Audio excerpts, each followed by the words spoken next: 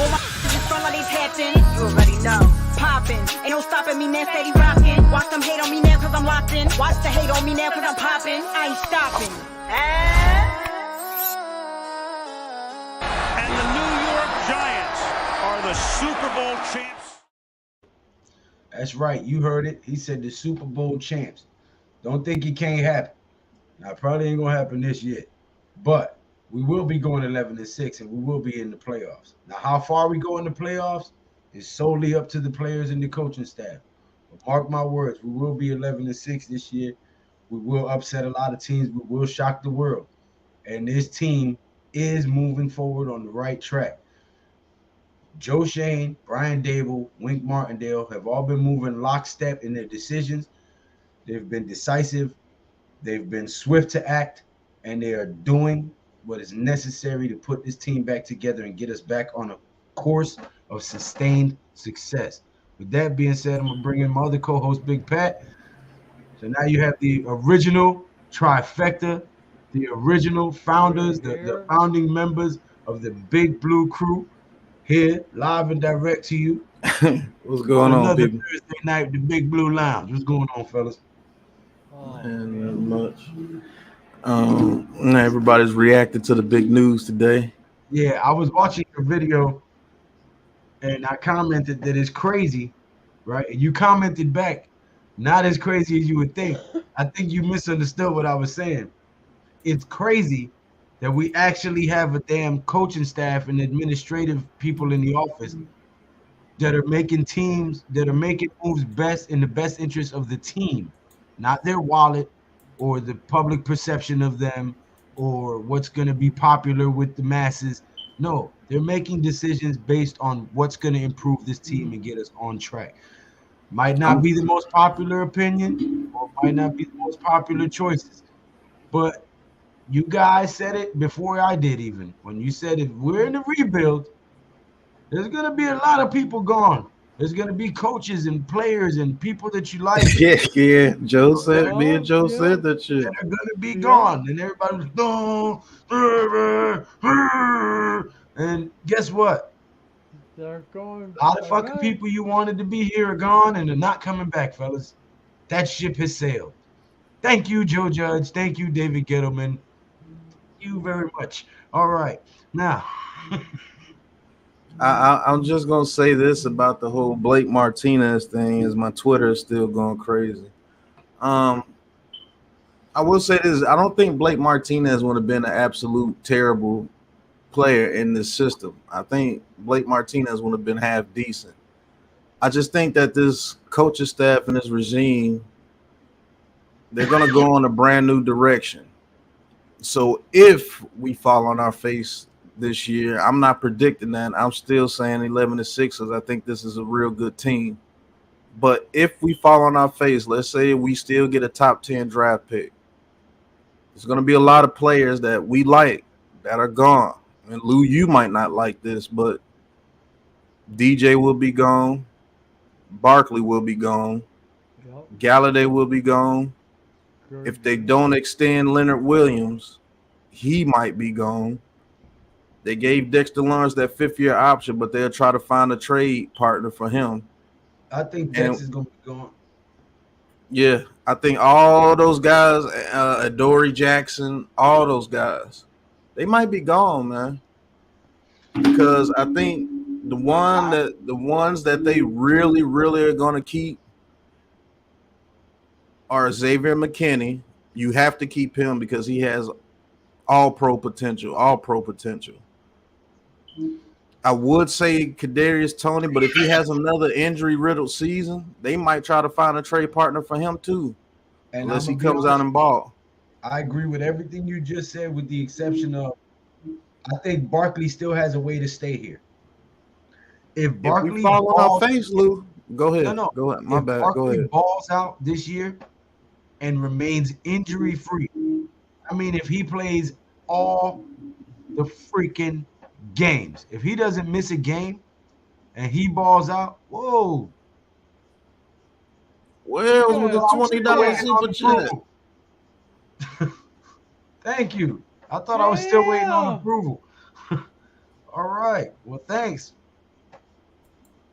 Levant says much love and respect to everyone, yo.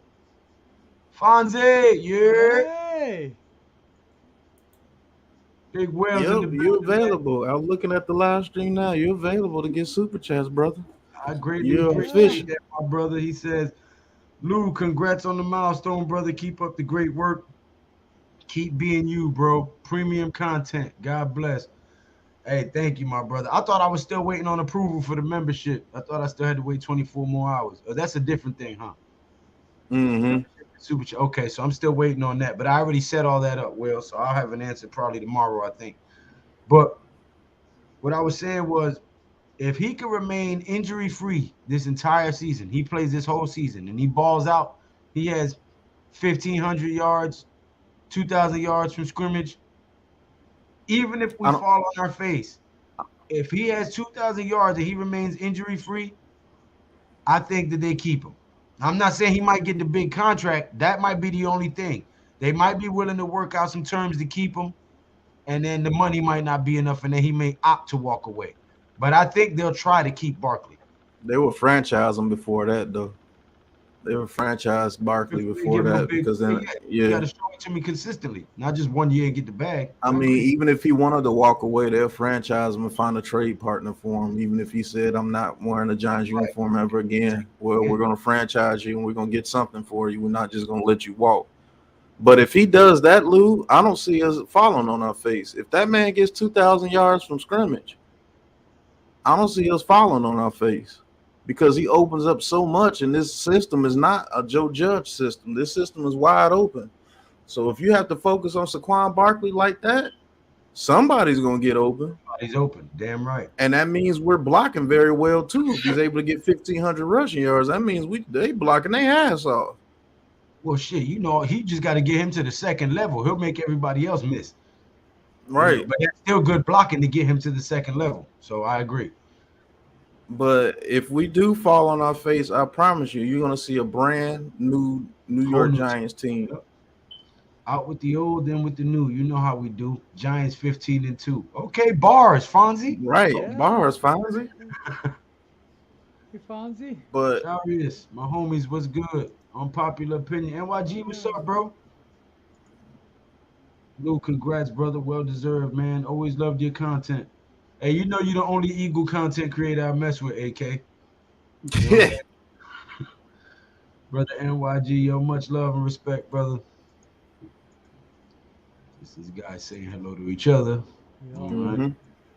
But for everybody talking this crazy talking about, oh, we're getting ready to tank, and it's like they're happy that they think that we're getting ready to tank so we can get a quarterback next year and all that crap. Look, you shouldn't want this team to tank, because if this team tanks, that means it's going to be another year or two before we can even get good, because it's going to be a brand new team. You might not even see, like I said, it might just be Wan'Dale Robinson being held and Evan Neal and Andrew Thomas being held over, and maybe Glowinski if he plays well. But I think they have an out after his first year in his contract, even though he gave him a 3-year contract. So you think they're going to be able to build a whole new roster and win in 1 year? And I mean a brand new roster, which would have to happen. That has to happen if we go 4-13 or something like that. Everybody has to go. Sorry, I'm Doesn't just matter. a little bit shocked. Shout out to Wales again, man. Thank you for my first super chat. I think Zion was your first one, right? Yep. And then Joe came behind him. Zion was your first super chat. Will's my first super chat. Thank you, brother. I greatly appreciate it. I can't wait to say who Joe's first super chat is going to be. Probably going to be one of us, me and you. Mhm. We're going to be so damn excited that he It's finally more got like Oh, by that time it's gonna be me. I promise you, it's gonna be me. Oh, No. Don't. but you got to think, man. It doesn't matter the circumstances. It doesn't matter injuries or whatever. This whole roster has to be purged, because they're gonna want to keep their jobs. And so anybody that's not been a part of what they want to do, they're gonna be gone. Because I'd rather go down building my own team than try to make something work with previous regimes players. Oh, shit. What the hell's a BBK draft tomorrow at 6 p.m., huh? The The fantasy draft. Uh-huh. Big Blue Krew fantasy draft tomorrow at 6 p.m. Okay, Wells. Is that for us? Yeah, that's the fantasy draft. That remember we was talking about doing the Oh, fantasy shit. league. Um, Oh, Now man. I do want to tell you guys this. This Sunday, my old ass turns another year older. Um, so my Big Blue Lounge Sunday night edition will more than likely not be going on this Sunday. Uh, plus, that's that fight, and I don't want to be calling the fight semi-inebriated during my birthday. So I'm gonna just enjoy the fight with my brother, and it's our first time celebrating the birthday together in 24 years. So um, Well, I happy will. early birthday, cause I probably won't. Ain't nobody gonna see you. So happy early birthday. Yeah, Yeah. thank you, man. Thank you. Happy Yeah. birthday to Oh God. you. Hey, Happy hell no. birthday. Hey, say, sir. You got me Hell cursing. no. And shit. Say, sir. Sound like Marilyn Monroe over there. Happy birthday, Yeah. Oh, my Mr. God. President. Somebody shoot that fucking How you dog. guys doing tonight, Right. fellas? Pull him out of What's his going on, element. Jeffy? Hey, Doing Jeffy, I good, think man. you're close to 400 now. Are you over 400 now? Making moves, man. 360. Yeah, 360. 360. Yeah, Oh, Jeffy been okay. making moves. So you Yeah, going by the old lunar calendar there, eh? 360 days. shitload of wrestling content I'm going to be doing this weekend. A lot of big wrestling events, so I got a lot of that to do over the There's weekend. a lot of boxing coming on this week too. Hey, I gotta get going. Congrats again, bro. I gotta get to work early. I wish I could stay. Peace, guys. No problem, AK. Thank you, brother. Oh, you can get super chats now, homie. Let's go. Thank Congrats, you, bro, man. Lou. You Thank all deserve you it. guys. Yep. I told that this was the whole plan for the Big Blue Crew to get monetized, man. 2/3 of the way there. Joel, you're We gotta next. get Joel there. Yeah, we gotta Somebody get put Joe his there. link in the chat, please. Let's get How you Joe doing, to Wells? 4:15 today or something before this chat before Oh, the my stream is over. goodness. And I am at 1997. I am 3 There subs you away go. from $2. $2. $2. Remember the Little Rascals? I got 2 pickles. I got 2 Yeah. pickles. Hey. Big Blue Crew making moves, man. That's dope, man. Love to see it. But Jeffy, what do you think about the whole ordeal today? All the news that came out today about Mr. Martinez not making the squad. He was cut to bring on the offensive lineman. I want to say Tyree something. He was a guard, so Azudu might not be ready as well. So he might be starting the first damn game because Azudu and Lemieux are hurt right now. And Ben Bredesen is hurt. So what do you think about everything that's went down today? We did sign Wyatt as well. Yeah. Offensive guard from Ohio State that got drafted in the 3rd round by the Vikings, and they cut him. I don't know why. Wyatt Davis, he has to be trained better, but we might got something there too. What you think? Well, we were looking at him in the draft a couple times. Sorry, go ahead. No, it's all right. First off, I just want to congratulate you, Lou. I mean that sincerely. I think you are one of the most sincere people in the New York Giants community, and I think you absolutely deserve the success you're getting. I said the same thing for Pat and as well as Joel. So I'm happy to see 2/3 of you guys get the monetization that you deserve. And Joel, telling you, not going to be far behind until you get that special monetization too. I'm telling you, it's coming. But right. in terms of Blake Martinez, when I first heard the news, just probably like you guys were, and some of the Giants fans going nuts on Twitter. Oh, I was surprised. I was a little surprised by it. It did catch me off guard. But then after, thinking about it for about 15, 20 minutes, the move actually makes a little bit of sense. And I think actually if Beavers did not tear his ACL, I think Martinez would have been gone sooner. Because he obviously is a guy that somehow I don't think he fits in the scheme. I think he's a different type of player than Wink Martindale is looking for in his linebackers. I think that he's not all the way back from that injury, and I think that the Giants pretty much just felt that they might want to see what these young guys can do on the field. And I'm hearing conflicting reports if it has to do with some type of salary dump at all. I don't think it is, because I'm hearing mixed reports that some of it might be like we got no cap salary space back for him after we cut him. But I mainly believe his deal and everything before they let him go. That's the thing that doesn't make sense, because I think there was a report out, but I believe it was Bobby Skinner, that said if we just cut him originally, we would have saved more cap space than when we did the restructure and we held on to him. And then the fact that we decided to cut him now because he's not a scheme fit. If we just cut him originally, we actually would have saved a little bit more money than we did right now. So, well, I think it was more about being loyal to him during his injury and all that, rather than cutting him. I think it was more of an honor thing. I agree. And I think it ultimately is the fact that he is. I'll let you read the super chat. NYG, thank you, my brother, for this $10 super chat. He says, appreciate you and the whole Big Blue Krew. I'm 6 away from 50 subs, on my way. Yes, Hey, sir. listen. Hey, let's get it, man. It might seem like, man, 50. Bro, look. Keep pumping out videos. Keep going live. Keep engaging with the community, bro. This Giants community is something crazy. Sometimes people get me upset with the comments and their negativity towards the team and all that. But one thing I found out about this Giants community, as Giants fans, we tend to be a loyal bunch. Think about it. Who else but loyal people can cheer for a team that loses week in and week out? Week in and week out. Jets Right. fans. Jets fans. We are a crazy bunch of people. We might bicker and get mad and this and that, but we always have each other's back. Keep making the videos, brother. I promise you're going to get there. Joel is going to get there. Jeff is going to get there. And for all the haters that think it's, oh, man, there's too many content creators infringing on my territory. That's the type of thinking that's going to hold your ass back. That's why you ain't going to get nowhere, because you're a bitter little motherfucker, okay? Right. So keep a good spirit. Keep I a don't good care if somebody keep a good gets bitter. spirit. Keep a good vibe, and good things will come your way, man. I'm telling you. Thank you, NYG. Thank you, everybody.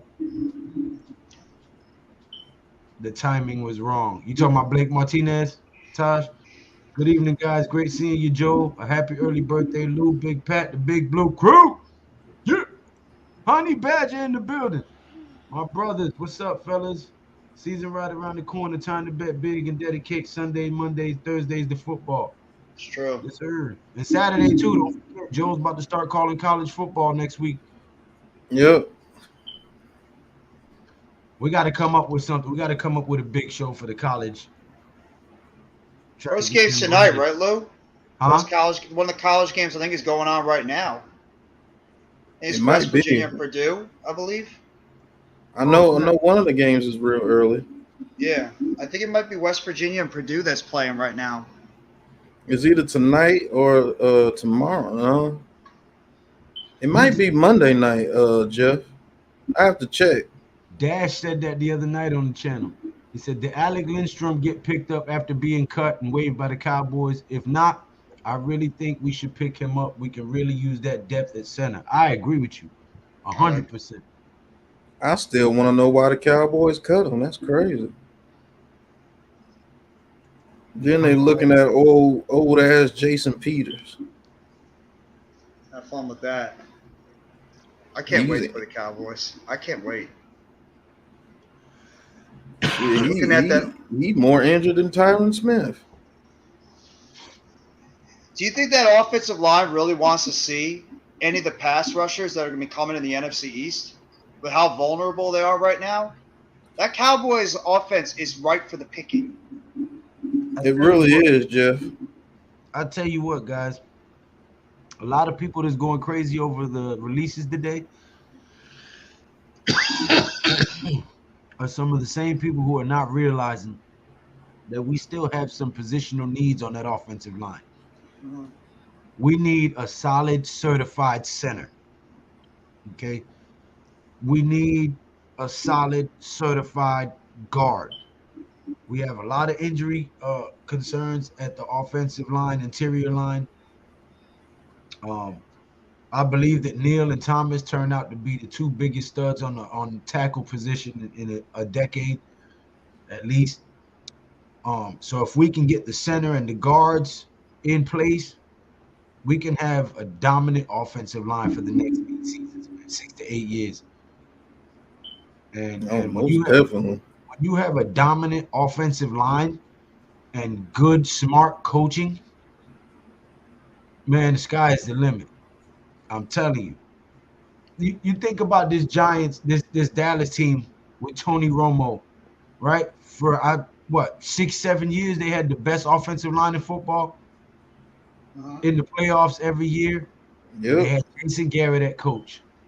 That was their main problem. And Jerry Jones is the owner who wants to have his hand in every damn thing.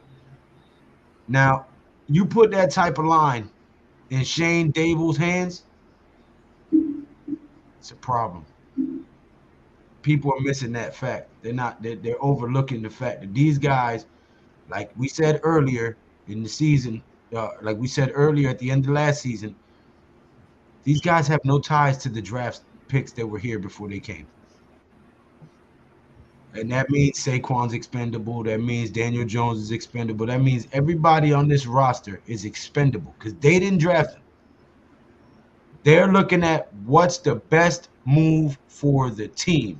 They have no ties to these guys emotionally. They're not joined to the hip with none of these guys. Their career is not hinging on any of these draft picks prior to them. So I believe these guys are coming at this from an outsider's perspective, looking in at what was wrong with the team rather than, oh man, but I owe this guy some loyalty. There's none of that. And right now, that's what we need. Because sometimes you'll keep a player around just because you feel like you owe him when he doesn't got it anymore. And these guys are not doing that, which is a problem that the Giants have had for a while. And I'm glad we're not doing that. Yep, we've had that for a long time. And I said this before the season even started. They have no loyalty to anybody. So anybody can really be cut right now. And as you can see, all the popular players that people are wanting, they're cutting. Now people are starting to turn on Joe Shane and like, oh, here comes another GM. I heard him being compared to Jerry Reese and Dave Gettleman today because the release of Blake Martinez. And I'm saying, man, dude, they got us 2 bookend tackles and 2 bookend ends. They got to start. Now everything else is going to have to come into place, but they got a great start because you don't have talent like that at both major end positions on the offense and the defense. You don't have 2 good edge rushers and 2 very good tackles like that very often. And if those guys progress like they're supposed to progress, we can be dominant on both in the trenches for a long time. And this year, he's setting it up to where they have a lot of cap room next year.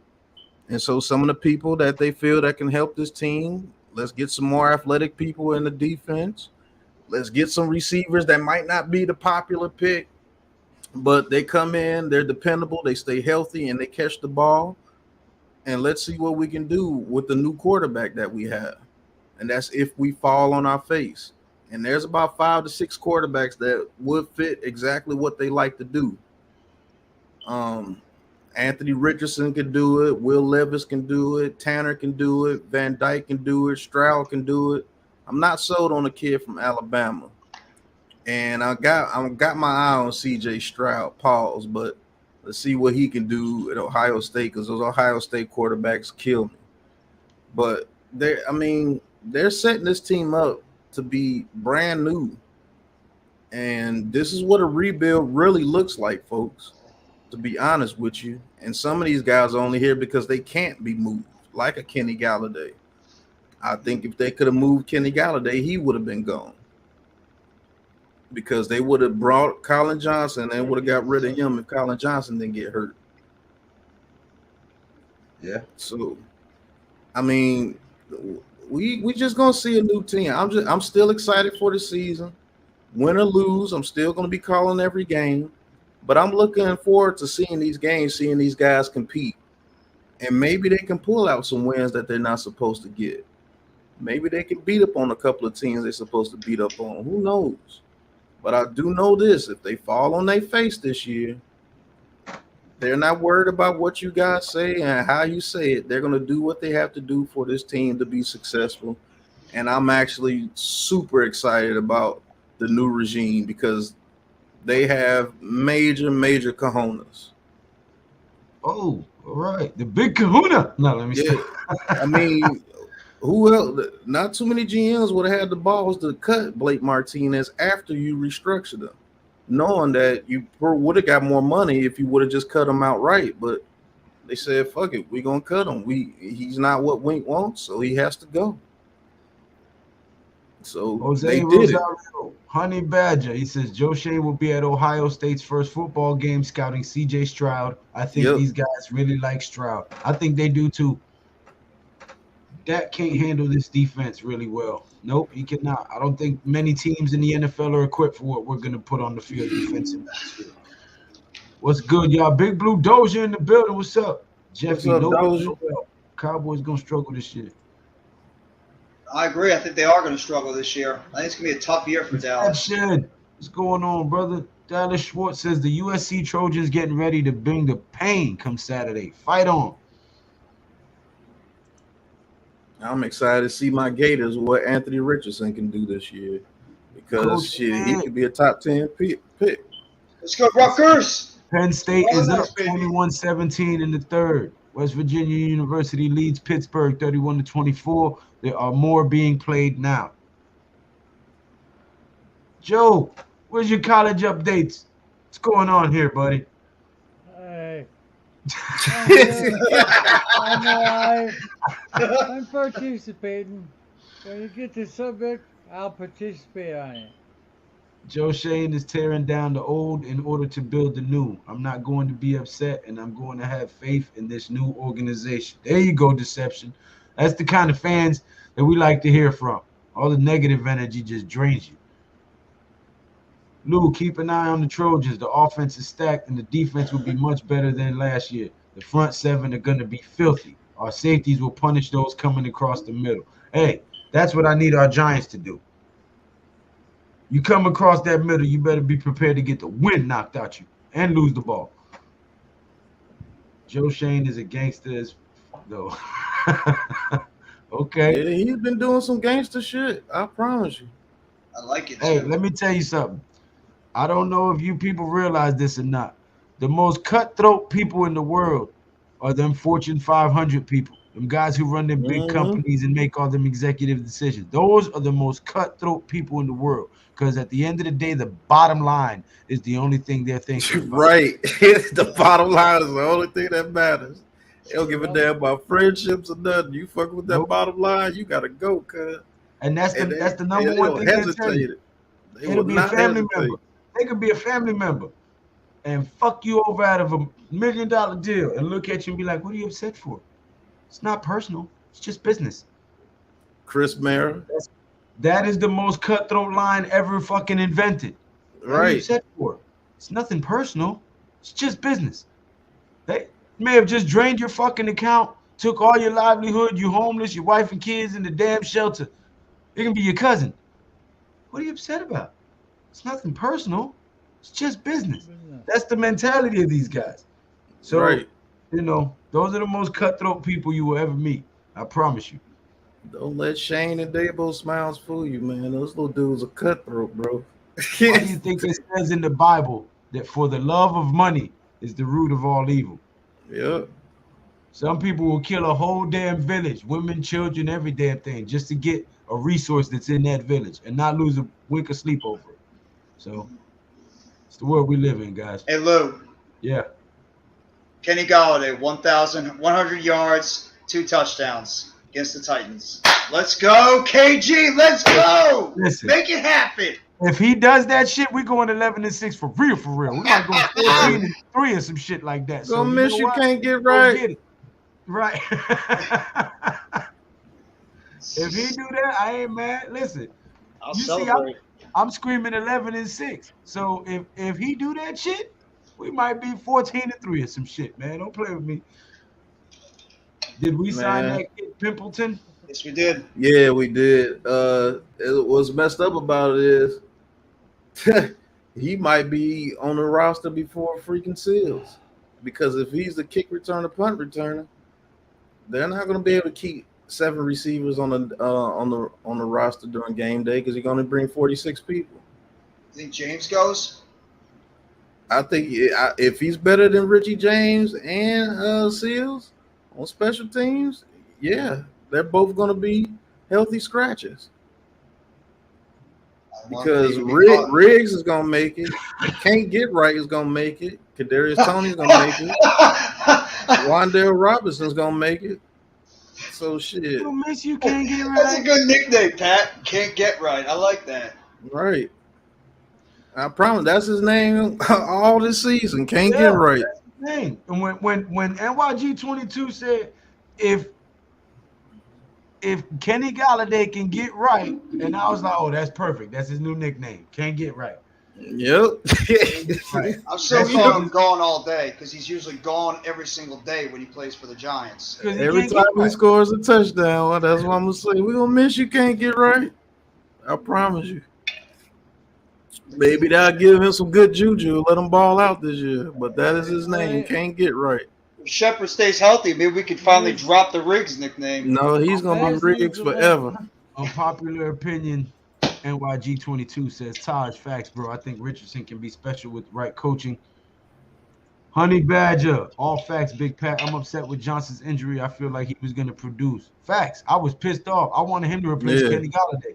Be a Gabriel Davis for us. Just so Miz needs the link. Yeah, Miz needs the link. I'll be right back, fellas. Cheese, I'm putting it in the chat right now for your homie. He's a second rounder, Tosh. Mizzaroni and cheese. Come on to the show there. He done went to Florida and got sunburnt. Y'all think Tony Jefferson is going to get playing time? Yes. Yes. I think they brought him in specifically for this defense. I think they're going to play a lot of nickel and dime, and they're going to have 3 safety looks. And I wouldn't even be shocked if Tony Jefferson is going to be playing a lot in that first week against the Titans. 3 safety. Miz! What's going on, guys? You hear me? Yeah. Sir. Hey, congratulations to Lou for reaching a milestone that I know he's been working towards. Keep growing, my man. Pause on the growth. Whoa. Hey, what's going on around here, man? What's going on, guys? Good. How you doing, Liz?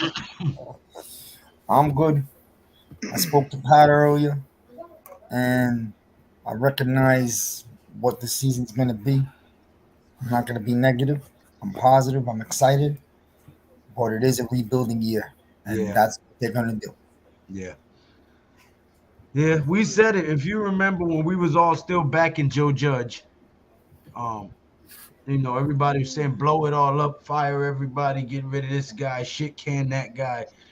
Me, you, Joe, Pat, we try to explain to people, okay, it sounds good. Yeah, it makes for great content and YouTube views and all that. But if you really do that, don't expect a bunch of wins. Don't expect everybody to be woohoo the very following season, because when you blow it all up, there's some growing pains involved in that. There's rebuilding culture. There's rebuilding winning mentality. There's finding the right pieces and then building chemistry and learning the plays, and so there's a lot of stuff that goes into a rebuild and blowing it all up. So while I'm saying 11-6 because I see the potential and I see the young guys and I see the hunger and the fight, we all have to acknowledge that this is a young team, this is a new team, new scheme, new coaches, new faces. We could very well be in for a roller coaster ride of a season. All right. Well, and with the young type of teams, you look for if they grow and get stronger in the second half of the year and finish the season strong, you got something to really be cooking for the following season. So, but like Pat says, they also could be a lot of changes on this roster in next off season. Yep. So, hey, let's Chuto! watch football. We'll see what happens. By the Chuto way, says, yeah, Joe Shane's in Ohio State this weekend for a reason. to look at CJ Stroud. And I'm sure they'll be going to see a lot of quarterbacks this season. So, yeah, the writing's on the wall to me, but I like the guy. I don't want to. I'm not rooting against him, but the writing's on the wall. Hey, if worst comes to worst, and he does good, and they still want to get rid of him, hopefully he'll put a good enough season together for us that he'll catch on somewhere else. Tudo says, salute Big Boss Pat, Lou, Joel, Taj, Wales, and all Big Blue Krew and associates. Drop by your office to pay our proper respects, and for all Giants fans around the world, slap all stinky boys losers out of the door. Forget about it. We are going to smack them around. I cannot wait to play. I'm ecstatic to play Dallas. I cannot wait to mop the freaking floor with them this year. I can't wait. I'm excited. Because Dak Prescott's going to be running around for his life when our defensive line is coming after him on every single play. Deception says, are there any linebackers you guys like in college that the Giants should take a look at? Oh, yeah. But right now, I'm looking at some of these guys who got waived off of the other teams. When you cut a guy like Blake Martinez and you fill that roster spot with an offensive guard, it makes sense. We need help in our interior offensive line. We're still trying to find some of them pieces there. We have some injury concerns there. But you still have to replace that body. Blake Martinez may not have been a perfect fit for Wink Martindale's defense, but Blake Martinez is still a damn good football player. He's a solid tackler. He has a good IQ. He can read offenses and stuff to run. So, when you lose a guy like that, you still need to replace that. So, yeah, while I agree we did need some help on the offensive line, I would definitely not be shocked seeing the Giants going out there and grabbing some of these linebackers who were waived. What veterans are on the free agent? Oh, I'm sorry. Thank you for the $5 super chat. Says, massive salute, G Nation. Drop by your office to pay our proper respects, and for all Giants fans around the world, slap all stinky boys, losers out the door. Forget about it. Go ahead, Jeff. Sorry. No, it's all good.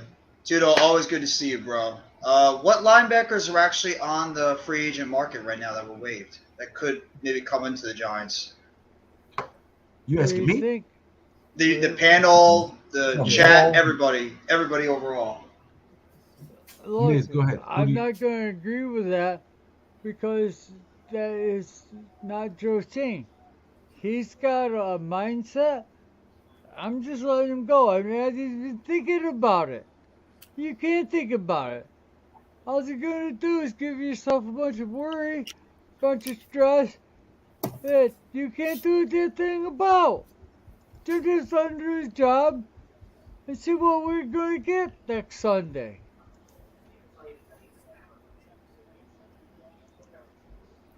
Congrats to my brother Lou reaching the milestone he has worked for. Keep working, keep growing. Pause, my brother. Thank you, Miss. Yes, sir. Fridge. Maybe the Giants want to see what Ronnie. Ooh. Oh my goodness. Ronnie's showing love. Miss Rivers. Let's go, can't get right. Miz want to talk his talk. Man, I'm backed up on the chat. Yeah, You better go right to the bottom. Super chats too. John Better go Merrick right gives to the Joe bottom. Shane full control.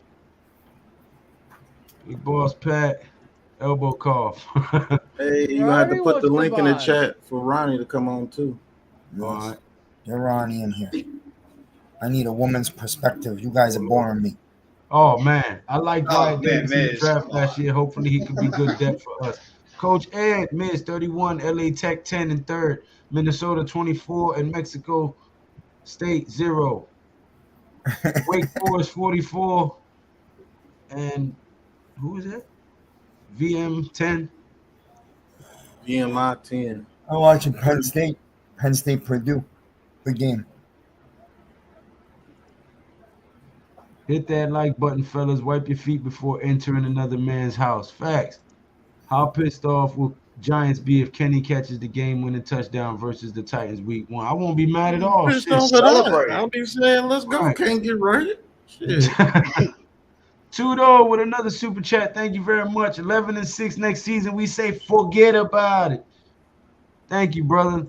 Blue City Empire Sports. Oh. You know what I like about Joe Shane? He's not giving the sports media no nonsense. He's putting them in their place. Facts.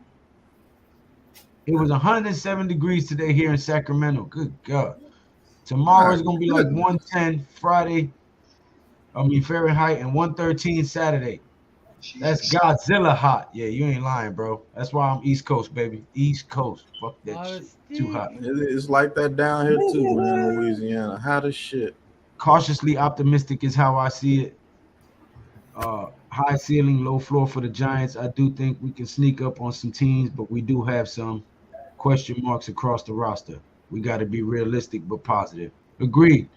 Schwartz, Ronnie! Ooh. Ronnie with the super sticker. Thank you. Let me I forgot to put the link back in the chat from Miss Ronnie. Being disrespectful. Sorry. Yeah, you also gotta drop the link to the chat. I'm putting the link in right now. There you go, Ronnie. The link is in the chat. You're more than welcome to come on anytime. Tommy for one time, he says Jefferson gonna be good for us. I agree. Fridge, the only linebacker who got waived or released that sticks out is Nick Kwiatkowski, former Raider linebacker. Yeah, former Raider and former Bear. Damn, Miz, that hurt. LOL. Jose. Thank you, Ronnie. Thank you so much. Tudo! Lou, my father almost got suspended by league, making comments about my performance 2 weeks ago, saying that's my boy. Keep on breaking him. But he deleted him quickly and his account.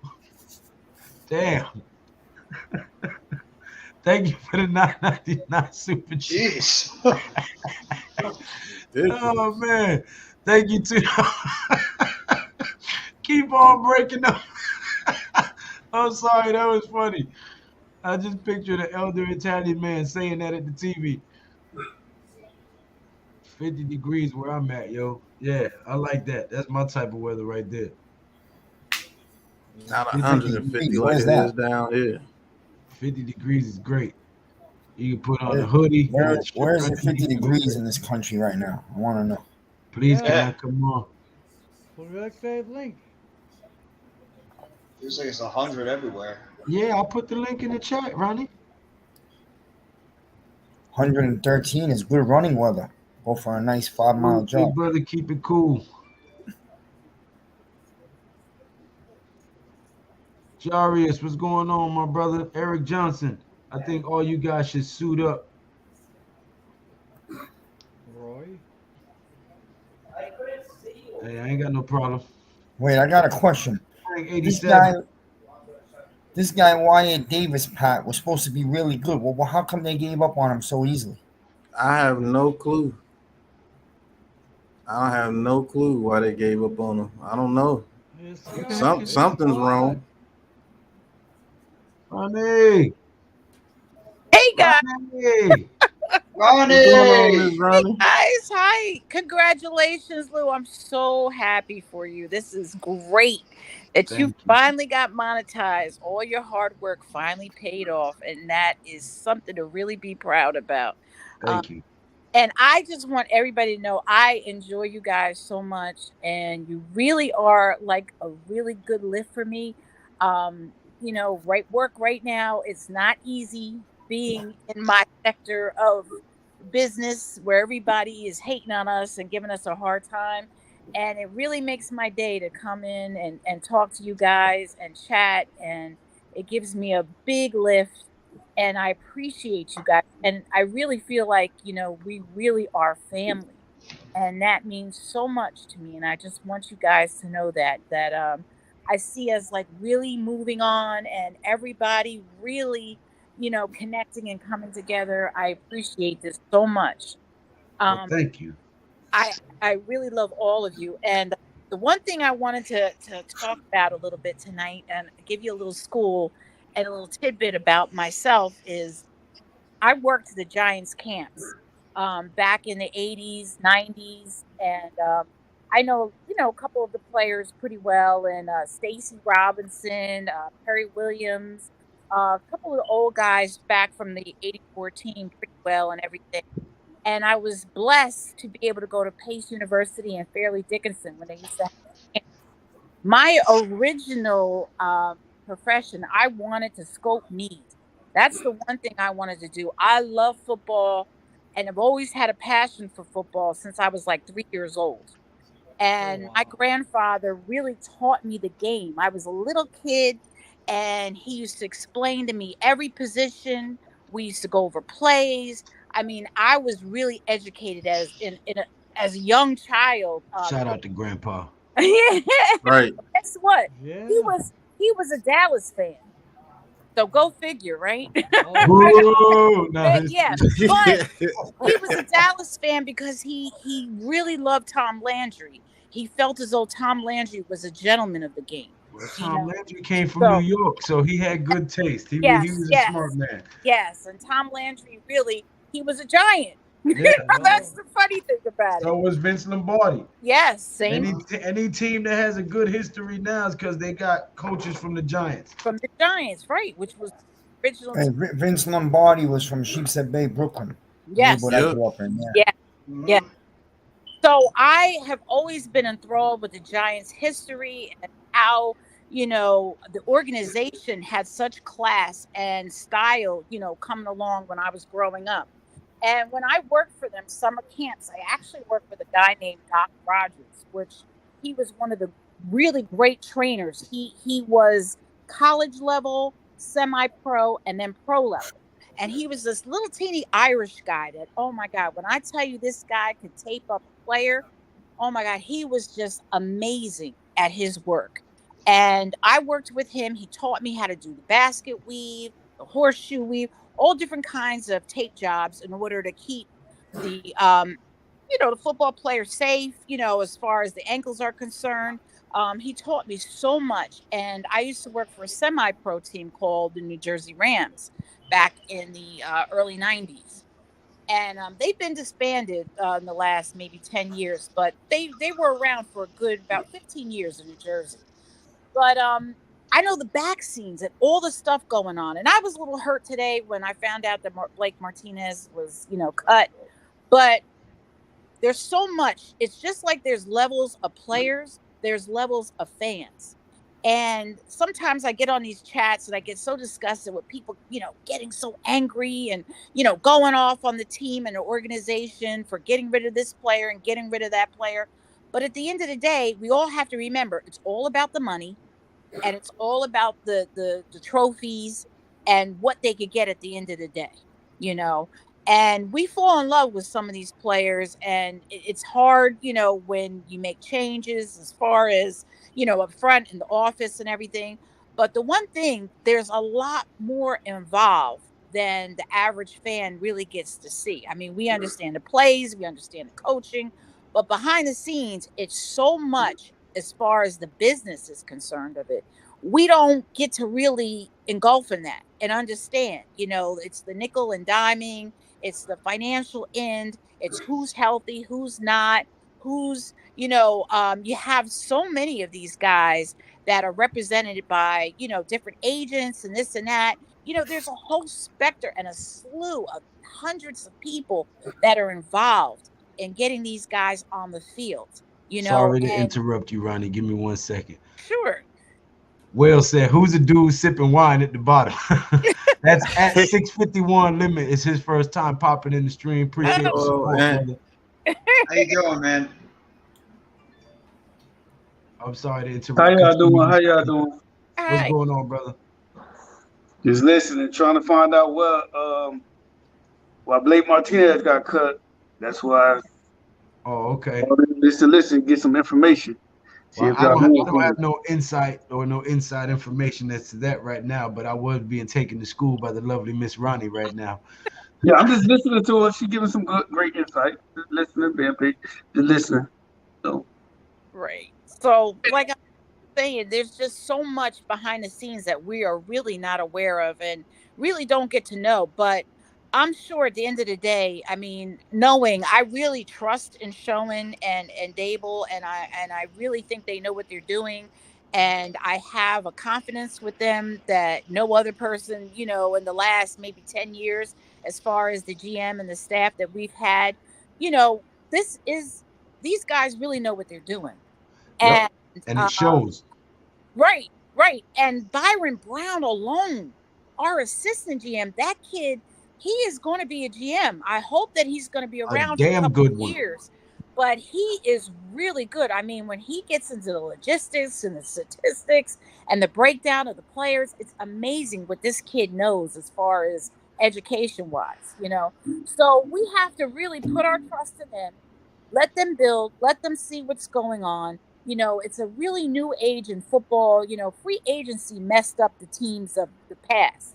In '80s, you used to be able to keep a team together to really, you say 4 years, you could get to that Super Bowl. You could get to the playoffs. You could get here because you could keep everybody together.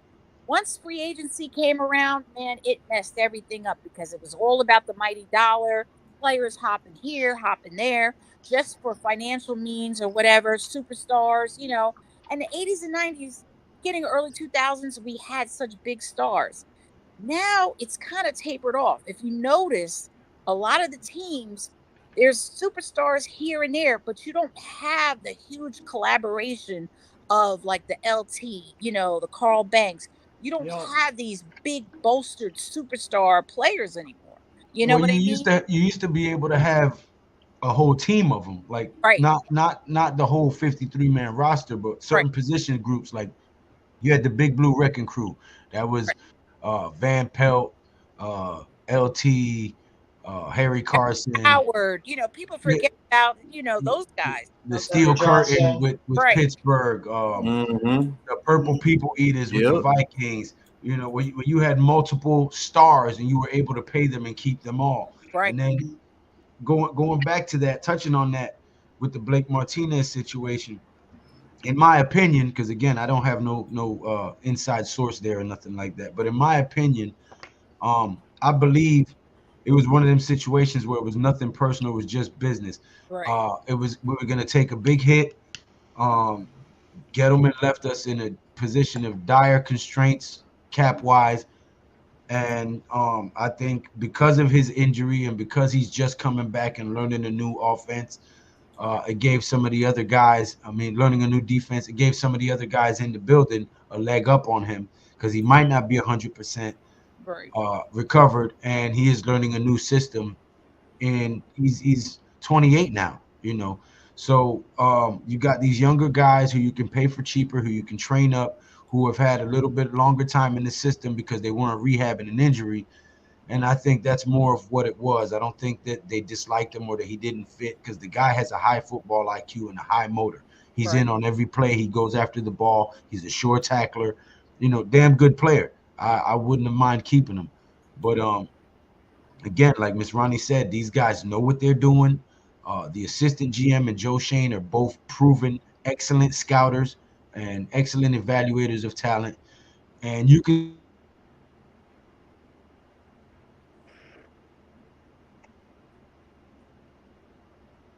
people Lou? today. I think we lost him. Uh-oh. Financial Go ahead. situations. So you There can he is. tell in his appearance that he wasn't happy about making all them cuts. Right, And I'm pretty sure Blake Martinez was one of them cuts that he was conflicted about. But right, again, this is a business, and at the end of the day, when you're the general manager of that said business, you have to make some tough decisions, and sometimes that means letting people go that you don't particularly want to let go of. right, right. And it's hard. I'm sure it was really hard and a tough decision to make. But I really entrusted him. When I was at that game, Sunday, it hasn't felt like that in, I could say, a decade. You know what I mean? Almost 10 years. since you can sit in the bleachers and just feel different. Like you could feel that the players really wanted to play for this guy. Last year was really a farce. I went to a game and then after like the second game I went to, I didn't even want to go to another game because I was just so disgusted with what was going on and what was being said. And it was too much. This year you have a different feel for these guys really coming in and taking charge and being confident in what they're doing. So it's just it's our time to get it together so that we can get out there and get that next championship.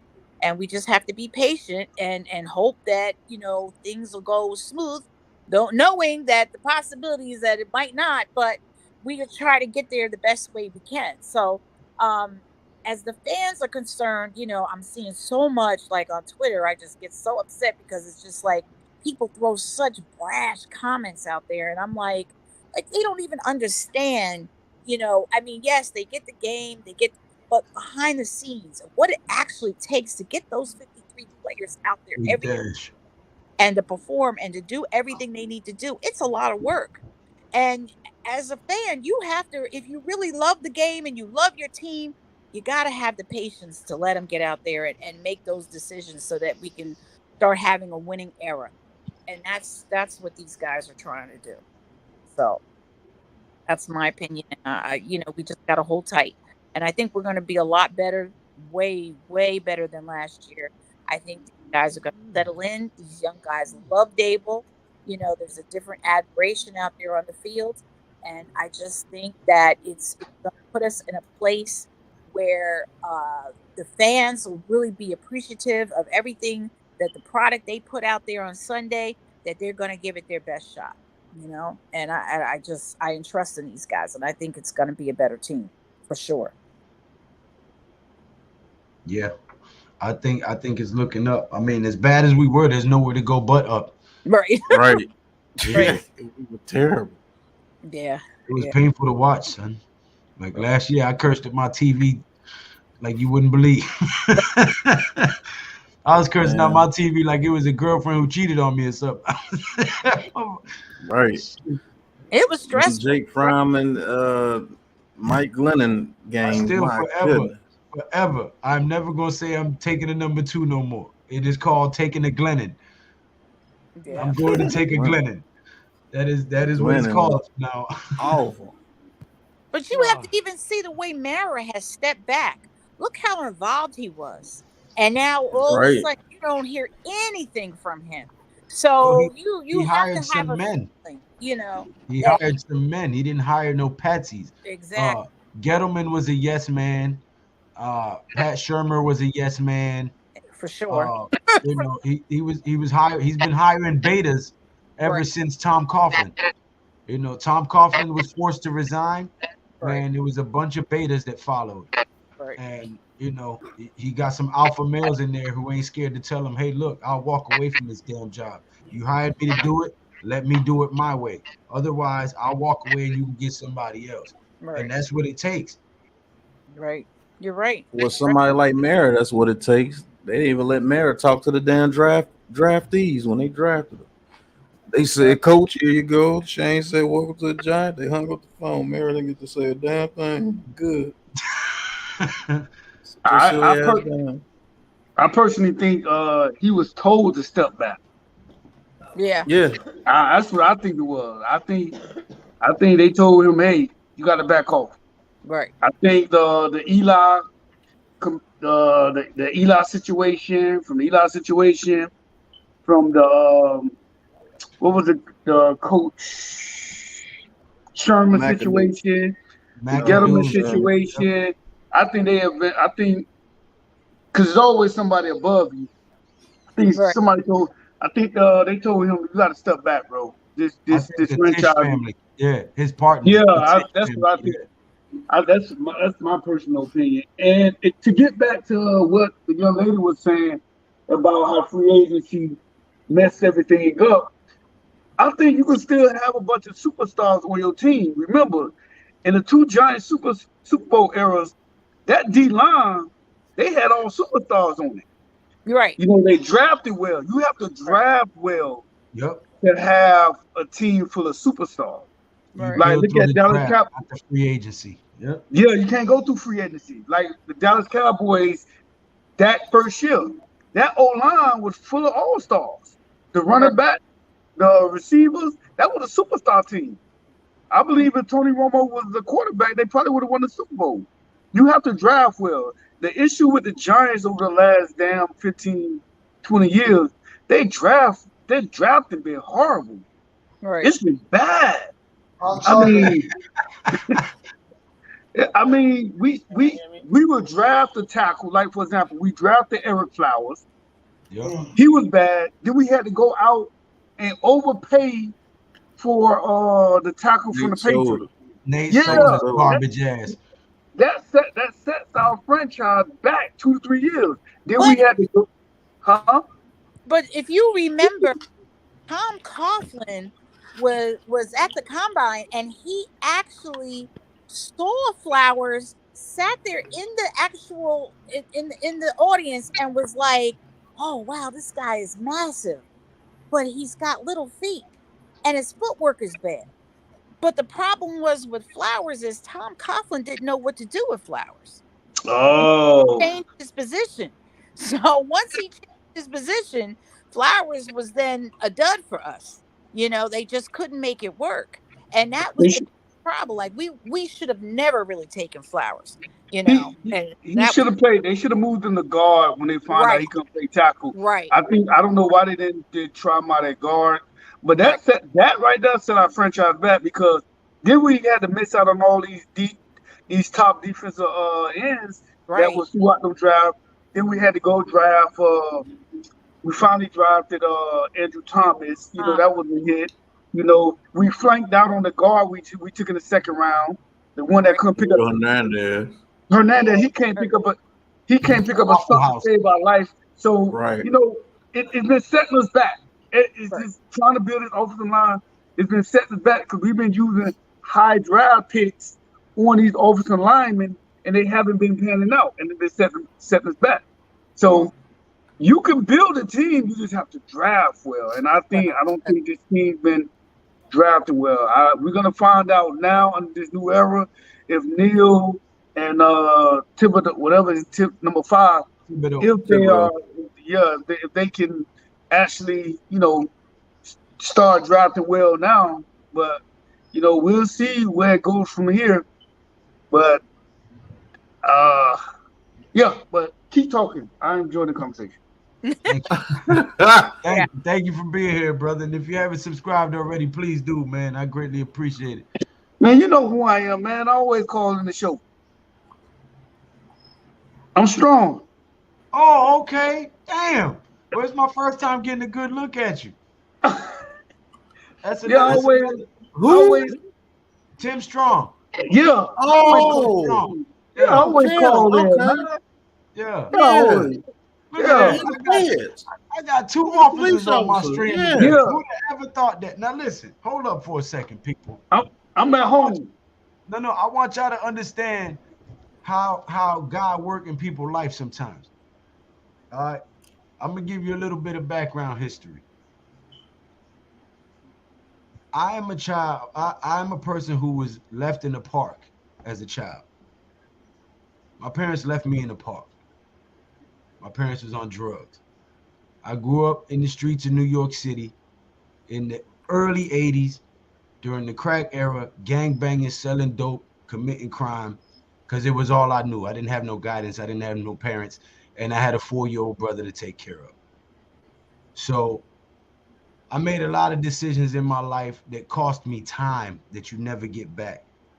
You know what I'm saying? Time away from loved ones, time away from family members, all kinds of stuff. You know what I'm saying? So now, fast forward 40 years, I'm a father, you know what I'm saying? I'm a working man, and I have a YouTube channel. And you'd have told me 20 years ago that I'd be sitting here dialoguing with a police officer in a good manner. I'd have told you was crazy. You'd have said that to a cop, they'd have told you was crazy. They'd be like, talking to that motherfucker right there? Hell no, I'd rather shoot him or lock him up. You know what I mean? So it just goes to show that nothing is impossible. The same way I scream 11-6 for these New York Giants, you're sitting here talking with a guy who turned his life completely around, and that's all praise to God first. You know what I'm saying? But it can be done. It take a little bit of determination and hard work, and a whole lot of God. You know what I'm saying? So whoever's listening out there that might be going through something or might not believe that they can turn a situation around, give it to God and then put the work in, man. I'm living proof that it works. True. Good. Yeah. Hear that. But back Excellent. to Yeah, football. I didn't know that was Tim. I guess because we usually see him out there in the field. In the field, he at home. Okay, that's cool. But Miss Ronnie, man, you know you're more than welcome to come on our streams all the time. You always have good insight. Absolutely. I try. Listen, I've always loved this team and tried to be a part of it any way I could. And this really, I'm telling you, this is a turning point, and I believe it's going to happen. I've been on my knees saying, "Listen, this has got to get something's got to give, and this is it." So we've got to let them do what they have to do so that we can really start cheering for them on Sundays. Because I'm tired of losing. I really am. I'm tired of I losing. think the losing is over. Yeah, yeah. We put up 27 points in the preseason game with our third and fourth stringers. That tells me that our offensive scheme is Yep. going to be lit. Yes. Because when They you just put have our to ones and execute. twos in there, that Yep. 27 becomes 35, 42. Exactly.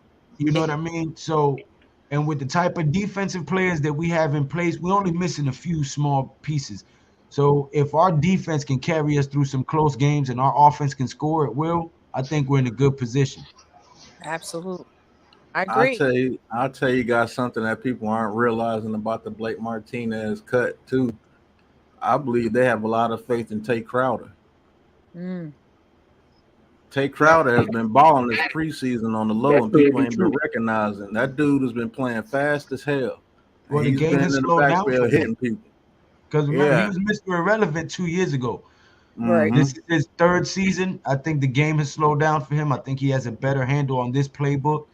Um, and with McFadden in there, if Darian Beavers does come back next year, because I don't think we let him go, Nah. um, I think we'll have a pretty good linebacker core. Yeah. Listen, do you know how many times I stepped into a meeting when they had camp and half of the players couldn't even read the playbook? You have situations really when it happens when they two guys they draft in and they're changing from the college level because a lot of times, sometimes depending on what kind of team or school they come from, they spoon feed them. Yeah, But then when they get to the pro level, it's a whole new game and a whole nother game. So you'll sit there and you'll see them in the meeting rooms or whatever, and some of those guys can't even get with the playbook. And you'd be shocked Hmm. to see what really goes down and how they have to school them to get them up the par or whatever. And then you have those that come in and boom, pick it up with no problem.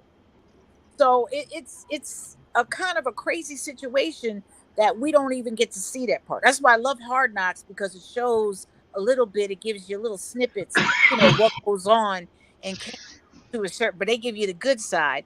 But there are times when they have that player in there that struggles with the playbook, and they have to bring them up to par. So it's a lot that's involved, and we just don't get to see it or know it. And then they realize, oh, we can't work with this guy. We got to get rid of him, or we're gonna swap him out and try to get this guy.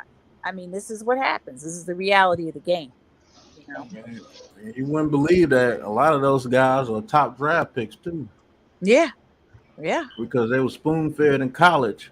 right. Now that they get to the pros, they expect that same treatment. And it's like, no, dude, you gotta learn your playbook. And Exactly. that's how you get those number one first round busts. I promise you, that's how you get them. Absolutely, absolutely. Those And I guys that didn't have to work in college. Right. And I would love to do a show to just every year say, where are these guys now that went in the first round? How come they're still not around? Or 3 years down the line, where's this one? Where's that one? They need to do a real background show and like go behind the scenes and get some of these guys that went in the first round that didn't amount to anything because you have a lot of them out there, a lot. And And and I'm curious to see where did they go? You know? And I tell you, and that's the truth because there's a story about everybody remembers Jamarcus Russell. And the Yep. coordinator gave Jamarcus Russell a DVD and said all the plays are on this DVD. But the DVD was blank. Right. Wasn't nothing on it. And so Jamarcus Russell came in the next day and that coordinator said, hey, did you study the DVD? Did you get all the plays and everything? And Jamarcus Russell said, yeah. And they knew he wasn't shit. But yeah. Because that DVD, you even have He said it's a job, not a scholarship. right. He didn't even have the wherewithal to put the DVD in the damn DVD player just to see that it was blank. He couldn't even do that. So if he can't do that, you already know he can't get the playbook. And so that's why they got their ass whooped with Jamarcus Russell was in there because he was trash. And he didn't want to read the playbook. He was too busy sipping lean. Quick question: do you guys see them moving on from Galladay? Oh yeah. After the season, How soon? If Colin Johnson wouldn't have got hurt, I think he'd have been riding the pine most of the year. I think Colin Johnson would have been out there. Still think he might be riding the pine most of this year. Yeah. Pause, Jeff. They got with Galladay. Peace, y'all, man. I've been trying to talk, man. I've been having some technical difficulties, but peace to everybody on the panel. Peace. They've been trying to get with Galladay. They can get that out of Sills. I think that's why Sills is on this roster. I think Daniel Jones prefers a guy like Sills. Yep. He has more of a connection with Sills. Do. For those 50-50 balls or whatever, pause. But that's what they're doing, man. They're just giving Jones basically the best opportunity to succeed. That's why they're bringing in all these linemen. Right. You know what I'm saying? Because people are mad because they got rid of Blake Martinez. Look, Blake Martinez was not long for this team anyway. He's coming off an injury. He does not fit the system. They're looking for fast, athletic linebackers, and that's not Blake Martinez.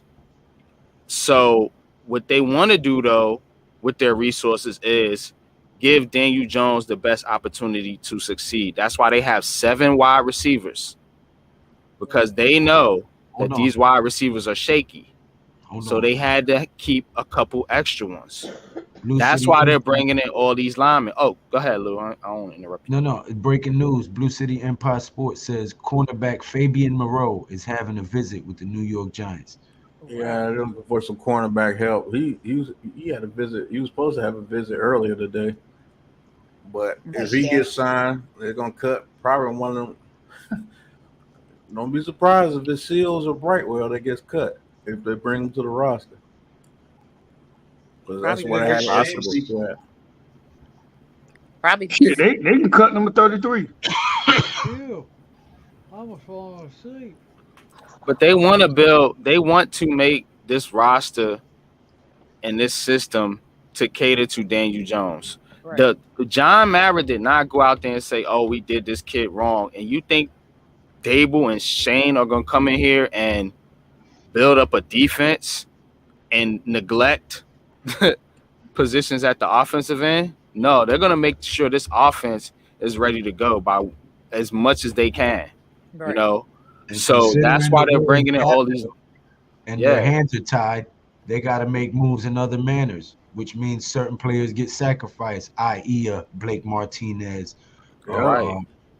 You know what I mean? So some of these guys that we like and cheer for and know can still play at a high level or at least at average level are going to be sacrificed to the cap gods, so to speak.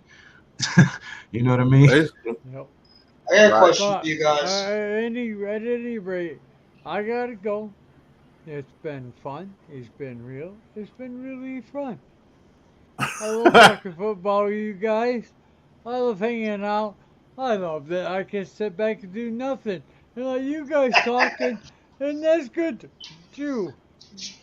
Till next time, see ya. Hey, we love you, Joe. Have a good night. Y'all make sure y'all go subscribe to Classified F with Joe. Classified 3F with Joe. Go subscribe. If you're already subscribed, please go to his channel and share one of his videos on your other social media platforms. Let's get him back to 400 subscribers and further. All right. Yes. Thank you for Yo. being here, Joe. Thank you, gentlemen. And again, thank you, chat. We'll see you later. Good night. Good night. Have a great night, Joel. Peace, man.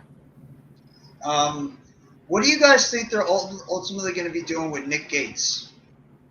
Oh, that's another. Yeah, He's that's a a $3 tough million one, too. cap hit. He's Yeah. got $3 million on that contract, and if he doesn't come off the pup list, he's not ready. I don't think Nick I Gates don't is gonna think play he's this gonna year. be ready. I Yeah, don't think Yeah. he's gonna recover from that injury, bro. I don't think he's gonna play this year. I I don't- think the Giants are doing him a solid because Yep. he means that much to the team, and it's much like they're doing with guys like Sterling Shepard. They keeping these guys around because they just mean that much to the organization. They've been loyal to the organization. They've basically been supporters of the team through the rough They keep- times. yeah. Like, you gotta hold your players, some of your players down when, even if they're not performing well, they've been there through thick and thin. That's what I like about this Because it'll kill the coaching morale staff. in the locker room too. If they feel like, damn, I've blood, sweat, and put in work for this team, and I'm just Right. expendable. That'll make the rest of the team be like, well, shit, I'm not putting in my all, and that's how they treating their good players. Exactly. You know what I'm saying? So it's a balancing act. You Nick gotta show Nick them Gates, loyal. Nick Gates probably the second best offensive lineman on the team. Yeah. Yeah. Yeah, he is. If he's healthy. Was, yeah. Yeah, when Yeah. he's good, Yeah. yeah. I I mean, agree. yeah, is he gonna be on the team? Y'all think he's ready? I was wondering that if he's If they ready. need that $3 million, I don't know. Oh, Yeah, okay. I don't think he's ready. No, I don't They think so. could give him an injury Honestly, I think settlement. they restructure Leo Big though. Ash. Yeah, they probably will. Matt Peart too. There's another guy that is going to be coming off the pup. What are they going to do with him when he's ready to go? Is he be that swing tackle? Cool. I don't know, man. He's so much behind. I mean, Man, I'd rather them would have kept Mbakia than Purdy. Yeah. Facts. Honestly, yeah, me too. but Mbakia is gone. Like, he can't come back now. Because Pert hasn't been They let him working in. in the system. Has he been on the field at all? I haven't seen him. Nope. No. Purdy is in the red jersey the whole Pert time. is Right. Pert isn't even good. I don't think he was He's not good. even I agree. I don't think he was good at all. Yeah, I don't think he's good. Dash. Dash. I think they. What's I think good, they should Dash? move- How you doing, brother? What's going Hey, on, what's up, everybody? bro? It's late. Y'all out here grinding. I appreciate that. They should move Pert to guard. Mm. We That's should a move fact. Pert off the squad. Yeah, Go that get too. somebody who can run right now. I think the knock on Pert, and y'all got to understand this, is last year they were saying he didn't show any heart. He didn't have that dog in him. And do you really want a guy like that on your team? Like that he's basically Galladay on the offensive line. This doesn't have that oomph that want to go get it. Yeah. It doesn't have it. Nick Gates. Doesn't have that Nick Gates or Shane Lemieux. And that's why they loyal to Nick Gates and guys like Sterling Shepard, because they show no matter what the situation is, they go out there and they play regardless. Right. They play hard, and that means something. I don't think Matt Purdy is good at all, man. No, I don't think he's good. Yeah, I don't either. I can't name one good trait about Pert except he's like 6'7" or 6'8", something like that. Yeah, he's big. Other He's than big. that, He's big Leonard- as hell. But Leonard Williams said it in an interview. He said if Pert's lock on to you, you're not going nowhere. So that's why I said put him at guard. If that's why I say that, because Leonard Williams said he's not a bad player, but when he locks on to you, it's hard to get past him. So, but And that's maybe the he key word, wasn't though. being You trained got to right. lock in first. Maybe Yeah, he wasn't yeah, being that's- trained right by the last offensive line coach, because all those Yeah. guys look just like they didn't even know what to do anymore. I think Sale was pretty good. I think Ron's sales were pretty good, but the other two, three, nah, they was trash. Oh, Tudo.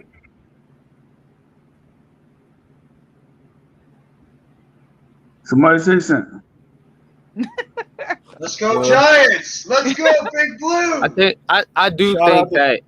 Well, hold on, NYG. Shout out to Tudo with the $9.99 super chat. He says, "Please, everyone, purchase a copy of your Bible now and pray hard for the upcoming games, 9-10. I'll be reactivated next Monday morning, 8 a.m. our time, ready and hungrier than ever." Man, they had you suspended for over 2 weeks, Tudo? God, dog. You hurt For somebody what out though? For what'd he do? He injured people. Didn't he do? Like rugby is, hey, Rugby that's is a brutal ass sport, bro. Like is. that's a brutal sport. You gotta be a little off to play that sport. I ain't gonna lie to you. Tudo. That's like old school in the playground type football for grown men. Thank you for the That's what that super is. chat, Tudo. He says, basically. please, everyone, purchase a copy of your Bible now and pray hard for our upcoming games. September 10th, I'll be reactivated next Monday morning at 8 a.m. our time, ready and hungrier than ever. Go get him, Tudo. I got a question for Tudo. Is that Tudo in the picture? Or he just stole somebody's picture? I think somebody asked him that before. Yeah. Well, based on the way he plays, that might be him. That's why I said that. I mean, I don't know. That if it is him, yeah, he need to be on the Giants. Right. He need to be at linebacker for real. Miz says, can I tell you the problem with Pert? Tommy for one, Tommy. What's good? What's good? What's going on? Can I tell you the problem? What up? What up? Pert? And this is real. He is effing garbage, okay? It's painful watching for I left tackle. agree with you, Miz. Man, I got a question for everybody. So, y'all remember when Dabble had first got his quarterback at the Bills? Josh Allen was trash. Mm-hmm. Yes, and they coached him up. Yeah, Josh Allen was trash the first like 2 years. He was real trash. Yep. So I'm not understanding how everybody talking down on Jones. I think it's the issue is time. When Josh Allen got there, he had time to improve. Rookie. That leash is short for Daniel Jones right now. So Oh yeah, it is. You willing to give him a couple more years? I mean, at the point we at right now, shit, with all them picks we gonna have and stuff, I mean, let's just get Lamar. You said let's get Lamar? Lamar, that's boy. No, it don't work like that. That's not gonna happen. I know, Baltimore not Ravens giving ain't that gonna man let up. him go. We have to give up our draft for the next 3 years and give him over $50 million a year. We're gonna have to You give would Lamar have every you would damn have thing. to you would have to give up what the Cavs just Every gave fucking up for thing. Donovan Mitchell. Oh my God! To get Lamar Jackson. It's gonna be big money. Yeah. Yeah. But I think Jones is ahead of what Allen was at that time. I mean, when you compare the rookie numbers, Daniel Jones had better rookie numbers for sure. Yeah, but see, Jones didn't have no coaching. He ain't had no play calling. He ain't had no coaching. He had a lot of injuries. Allen was in a way better situation, man. Way Jones better. Jones was in a chaotic situation for like he was in the mud. In two years. That's why when I'm in the Giant chat room, everybody say they need to get rid of Jones. I said I don't even know who Jones is. He was in a messed up situation. That's true. I don't know what quarterback outside of Aaron Rodgers, maybe Patrick Mahomes, Patrick Mahomes would have got killed, bro. Russell Wilson, the only one to me. That man admitted that he didn't know how to read coverages until his third year. Yeah, Russell Wilson's Houdini.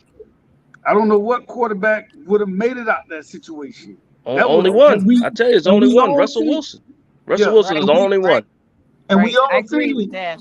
Because he didn't have no O-line. He always played with no O-line. His O-line. You saw how Mahomes Still was struggling trash. too. Mahomes was struggling during the beginning of his season last year too, and his offensive line wasn't gelled yet. His numbers were awful. Hey, if you want to keep it all the way a buck, we gave Kansas City their swagger back when they beat us. Yeah. And we should have won. They was should have down won and out. that game. And we gave shame. We gave a lot everybody of people. we gave everyone a blueprint how to play that offense. Right. Because Facts. everybody start playing too deep high, too Yep. safety high. That's true. Absolutely. I think And when Jones went down, the Giants was unwatchable. Right. That's a fact. Oh my God, I couldn't even watch that team at That all. Like that's That part of that the team was, problem. he That's part of covered the up problem. he Jones got to covered stay up a healthy. lot of stuff. Jones covered up a lot of stuff with that offense. A Jones whole lot. got a chin. He got a chin because anybody would have got hit like him, they would have folded up. They would have not Right. escaped Yeah, back up. He got hard. Getting up. Jones keeps getting up. He He got keeps hard. going. Keeps I fighting. tell you this right now. For everybody to say how trash Daniel Jones is, there's no way this team should have looked like that when he got injured. If Jones Yeah, was that trash you're as they right. say Yeah, he you're right. is, Yeah, this offense shouldn't have missed a beat. Man, that We offense lost looked bad. without That Jones. offense was unwatchable. It's not even a word of how bad it was last year. Because people Right. say I that think, Jones was the and I worst think starting with, quarterback in the league. and I think what hurt Jones was the fact that he didn't have a running game because Nah, He do better Bar- with Barkley. Barkley was hurt by this offensive line too, and people gotta respect that. You know, those that are saying, Saquon Barkley's washed and all that, Nah, Barkley like, gonna shine. look, he has an offensive line now, man. Like the running back is directly affected by the offensive line, especially a guy like Barkley that needs blockers in front of him so he can make his cuts and his jukes. You gotta think about the style that he plays. He's not a north-south runner. You thinking about using him like Alvin Kamara or Christian McCaffrey. What you think this dude gonna do in an offense like this? Where he can get the ball in space and do his thing, what he does best, which is make people miss, break tackles. Wasn't he one of the leading rushers and breaking tackles his first 2 seasons of the NFL? Yes, he was. Yep. Definitely. So you got to understand, Barkley is going to help Jones. Yeah, he Because played when better with Barkley's eating, Jones is going to eat because Jones can get off and get those play action. You see how much they was running play action in the preseason? Did y'all peep that? Yeah, they stretched Yeah. better. It's better with Barkley. He played a Yeah, lot better with because they Barkley. got a running game now, so they And can not only run that, play action. the It's ball play runs a calling. lot of RPOs though. It's He play run a lot. calling, man. Yeah, it's play caller. Yeah, our play calling was horrible. Like if you used to Yeah. look at the games, it used to be like 3rd and 1, 3rd and 2, and we doing some bullshit ass screens and shit. Yeah, Like that it was crazy. 3-yard curl. Yeah. 3-yard famous curls by Jason Garrett. Man, we were horrible. Like the past 3-4 years, we'll lose at least about 4 or 5 games by like 3 points. which was 3 points. terrible. And that's poor play calling. Because if you had the right play calling, you're gonna win that game. You're gonna win. This is Playing it. scheme. Yeah, the Pull a scheme scheme was all horrible. together. The scheme was And horrible. this, I And might we be in had a poor time management too. Horrible. Horrible. Oh, I man, might yeah, be in a time I might be in a management. minority with this, but I think if Judge would have hired his own coordinator, he would have still been here. I think He wanted Dable. Ain't that funny? yeah, He Yeah. wanted Brian Dable. Right. I think if Judge was able to pick his own coordinator, I think Judge wouldn't have been an all right coach. I just Man, think Judge had to go, man. He had people Everything retired. happens for a reason. That boy had no, people I'm not. retired before preseason. Hear me out.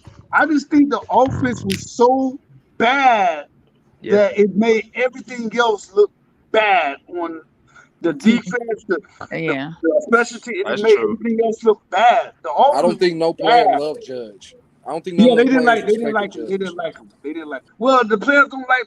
They don't like Bill Belichick. Players don't like Bill Belichick. But see, they respect him though. They Yeah, respect they him. do, and that's the You difference. might not like Yeah. him. You Yeah, gonna they respect didn't him. respect. though. They didn't respect Judge. You right. Y'all right. Judge ain't look. Judge ain't had no respect. I'm talking Yeah, about he didn't have the everybody. cachet to be Yeah, acting had like that. none. I'm talking about everybody was incompetent. Everybody. Like Right. the only person we had was really Sherman, and Sherman should have just been an OC. He should have just been an OC, and we probably would have been good. It is he- funny though. Y'all do gotta respect the fact that Joe Judge did want Brian Dable as his offensive I coordinator. think that's why I said if Yeah. Graham, So maybe the offense does look different. I don't know. Graham So- wasn't a bad defensive coordinator. The ball is not a. Dable is not a bad offensive coordinator. The team would have been all right. Right. The team would have been all right. I think So- Judge Dabo was stinks, calling man. the offense. Judge Yeah. can't even keep a place over there with the Patriots. Oh yeah, Joe. I think Joe Judge took over the offensive play calling in the second season, and you really saw what. What he No, was he made can't. of. what he Yeah, was he about. wasn't Judge can't anything. call no plays, man. Judge We can't ain't call been no the plays, same man. since. Right. So Yeah, Judge can't. And I Yeah, think I can tell Belichick just y'all felt that. bad for him. I think Belichick, he felt bad for him and Matt Patricia. He said, man, Yeah, both of y'all failed at being coaches. Come back to Papa. Come back to Papa. because Right. I got you. they be trying. They be trying to That's be so much like him that's instead of what it them taking is. in their own personality. That's the That's what it problem. is. That was Yep. the They, problem. they need the Belichick tree, the Belichick tree. Right. Everybody try to be like Belichick. Right. Take some of his ideas and Right. his coaching style, And but Yeah, don't take innovative. everything. that Be that that's yourself. that's what That's Saban right. did. That's what Right. That's Saban what did. Saban did. But Saban You had to go know. to college though. That's Yeah, he had to go different. to That college. Yep. Belichick That's, tree is that's really different. He that failed in Belichick Miami. tree is really the Parcells tree. So Yeah, yeah, very Yeah. true. yeah. Right. No, that's So right. what do you guys? Let's. Well, maybe we'll go. Why don't we go over the game that's going to be happening next Sunday and the fact that the Titans just took a major blow to their defense with Harold Oh Landry going yeah. down for the Yeah, season with an that's gonna ACL Yeah, help out that tear. was Evan Neal a huge. I whole didn't see lot. that. That I is didn't a see that. What happened? major. He tore his ACL in practice, and Wednesday, and he's out for Whoa. the season. So Harold Wow. Landry is not going Yeah. to be out there. That's one Wow. less person on that defense you got to worry about. So Absolutely. Hey, yeah. did you guys see the presser that Vrabel had when they were asking him how do you prepare yourself for the Giants? And he said, well, he really didn't have an idea. He said, what we're gonna do is we'll watch the Giants for personnel, but then we got to watch three other teams to try to figure out what the scheme is going to be. And I'm Mm. thinking like, we gonna get their asses They week one, lunch man. meat, We're gonna man. win that game I for think they sure. lunch We meat too. I'm with man, you, we about to Dad. Because I we think they about to we're the get lunch. Tennessee. unknown.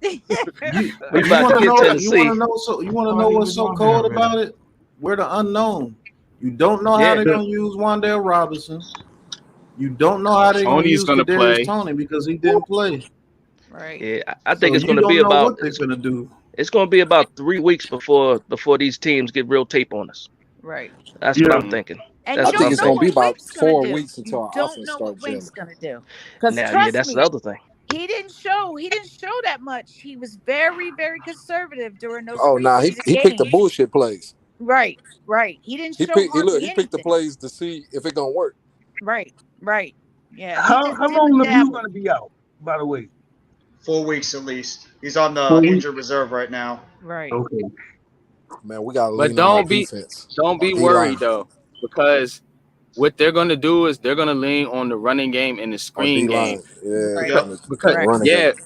because these linemen are athletic. They can get out in space. You got to Right. remember, the Giants never had a screen game. They're gonna have a screen game this Finally. year Yes. with these Yes. athletic offensive linemen. Even the linemen that they just picked up um Right. from what's his name The guy from the Ravens, the Tyree Ravens. something. Yeah. Yeah, but also the Jefferson. Wyatt guy Davis. I'm Oh, not even Tyree talking about him. Phillips. Yeah, I'm talking about Wyatt Davis. That's what I'm talking I about. love that Oh Wyatt yeah. pickup. Davis. Yeah. I like I him I too. looked love at some that pickup. I looked at some film on Wyatt Davis. He's very good at moving in space. Now, I was gonna Right. ask you a question because I don't know, was it on Twitter when you put a post up on Twitter or something when you were talking about Wyatt Davis? Was that you? And Um, why? I did put something up, but I didn't put Just no a quick film up on that. Like, no, no, yeah, it wasn't film, but just like yeah, quick yeah, yeah. quick breakdown. Like I said, I'm not familiar with Wyatt Davis at all. Oh no, he's good. He's I pretty mean decent. Ohio that's State. what I keep hearing. But how does he's interior or is he outside? I mean, is he? Interior Interior. guard. He's a guard. He's Man, Yeah. he's a he definitely Yeah, he's another a guard. body. right. He Hmm. another body. We He's need a more So guard bodies. I know but he's on the practice squad, right? Yes. Man, it, Yeah. right bro, now. Yep. Yeah, we they we want at to the they want point. to develop him into something because you got to think. Mark Lewinsky is 30 years old. He's not going to be here Mm-hmm. for a very long time. So you're going to have to replace that. And he could be a cap casualty next year. You're going to have to replace that right guard spot, you Right. know, Yeah, and that's why and the I'm left guard spot you got to solidify because Shane Lemieux stays injured. yeah, Right. and that's why Right. I was upset that McKeithen went down Right. Yeah, Mm-hmm. me because Yeah, too. Keithan was a big that blow. man is a wall, man. He's Yeah, a it was wall. a He big is. blow. Yeah, it was a That's big why they blow. took. That's why they have him. You know. And Zudu's been banged up too, and we really haven't gotten like a big look at him because he's been in and out of the lineup dealing with injuries too. Yeah. At Right. this point, we need to put bodies, man, because we about to start the season, and we just Right. need somebody that could just jump in there, a play or two, just in case. Yo, that's about it. Just somebody That's could jump true. in a play or two just in case. That's it. Shout out to Tudo. Tudo just let me know that that's a product of hard work. So go ahead, Tudo. Yeah, Tell them try out for the Giants, man. Yeah. Big yeah, facts, they're gonna have to pay too though, because he gets paid very well to go over there and play rugby. I believe it. They're gonna have to pay too though. He ain't gonna come for no chump change. We got. Man, I Hey think, Pat, you got to cut up some tape on Tudo, man. Cut up some man, I tape. think that the best I thing we gotta could do. find the games and be able to do it because they have strict copyright with yeah. them. Yeah. Oh, with Tudo. yeah. So Alright. you get your whole channel taken down messing with them. Rugby, huh? And then we respect Tudo's privacy as well, so Absolutely. he'll never show his face or anything like that. I think that week 1, man, we need to just let our D line win it for us. Right. Gotta see if our D linemen gonna be ready. Gotta see if Tibbs and Man, Ojulari will be out there. That's the but y'all- biggest part of our team. Yeah. It's the Before I go on this little break, let me tell you exactly how I think it's gonna go down the first 3 to 4 weeks. that D line, man. Right. I think this defense, if Thibodeau and Ojulari are healthy by week 2 to week 3, Man, we need them. I think this defense could carry us to about 4 to 5 victories themselves, even with Blake Martinez gone. Yeah. Reason why the Titans, Derrick Henry is about the only really thing you have to worry about. Don't let Tannehill get any fluke screens or fluke drag routes. Let Traylon Burks run 50 yards on a drag route or something, because I'm not scared of Robert Woods. I think he's a shell of himself, and he's coming off the injury. Yeah, they That's the skill only position. That's the only thing you really have to worry about the Titans' offense. Now their defense is legit, but they just lost Harold Big Landry. blow. So Evan Neal gets a chance to go against some backups. Now their backups are pretty good too. Not gonna say there's some bums, but him going against Harold Landry, that was one of the matchups that I was kind of a little worried about, because I know for a fact Vrabel's going to put the best edge rusher on Evan Neal. He's not going to put him on Thomas. So now Thomas is probably going to face the third best edge rusher on their team now. And then we're going to have a very good plan with our guards and our center, because I always forget that defensive tackle's name for the Jeffrey Titans. Simmons. But yeah, Jeffrey Simmons is an absolute beast. That's the one right there. Watch when we pull. That's the one. But the thing that we have in our favor, they don't know what the fuck we gonna do. So their DBs are out there butt naked right now. They don't know what we finna run or have a clue of what we finna run. True. And so you're not gonna be able to come. Yeah, you're not gonna be able to come up with anything at halftime to shut down a whole offense, because they could run something new in the second half. Okay. Because you don't know what they finna run. Quick question. And then the next game we play the Panthers.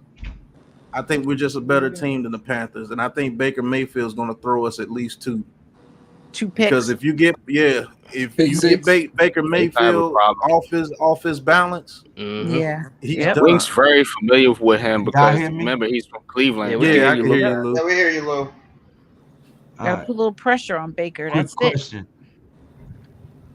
Who y'all think wins week 1, Giants versus Tennessee? And what are your score predictions for that game? Giants. Go around the room. Giants. Yeah. Score predictions for that game and who you think wins. Giants 24-14. Before I go, I think we win that game 21-17. See, I say 2017. We win. I think we get 3 touchdowns that game.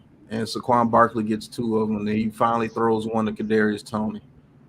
I think we hold Henry. I think we hold their running game. I think we shut it down, man. I'm gonna be honest with you. I think Henry still gets 100 yards, but we don't allow Tannehill to beat us. Right. Hey, because if you let Henry get his yards as far as 100, that's not killing you.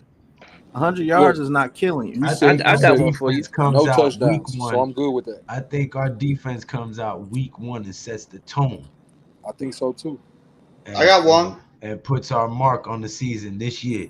I think that holds them to no more than like 13 points. Yeah, I was gonna say you giving them the goose egg? Nah. I'm thinking But I think we can hold them to like 13 points and we can put up like Yeah, I 20. give him Yeah, 2 touchdowns. that's what for I sure. was going to say. I'm saying 17-14. I think Giants win 17-14. 17-14. Yeah, it's gonna be a defensive game. 17-14. Xavier McKinney, pick 6, seals the win. I got a question for you guys. Do we score on the first drive? Yes. Kenny Galladay. Kenny Nope. Galladay scores the first touchdown. I think we for score on the us. first drive because they don't know First what drive. we're gonna do. Yeah, They don't know what we're gonna I think it's gonna be a Barkley. It's gonna be 3. It's gonna be a Barkley score. do. I'll be back, He's gonna fellas. show out. You see with Shep? Yeah, We're gonna score 3. Right. It's gonna be a I field can see goal. that too. What was your prediction, Ronnie? I say 24-17. I think we're gonna win by a whole touchdown. 24-17. let's go. That's a I good number. think 24-13. I think 24-14. Yeah. That's a good number. Mm. I think we got a chance, man. I think we got a I chance. tell you what, let us. We going 11-6, fellas. Ain't no chance. They don't got a chance. We go Tennessee's offense is going to struggle. I'm telling you. I tell you this: Because if can't- we go ahead, Dad. go ahead, I'm sorry. Go ahead. My fault. No, I was gonna say Tennessee's offense is gonna struggle because their run. When you look at their offensive line is one dimensional. It's just run blocking. But if you get them in 3rd and long, they're gonna struggle with pass blocking.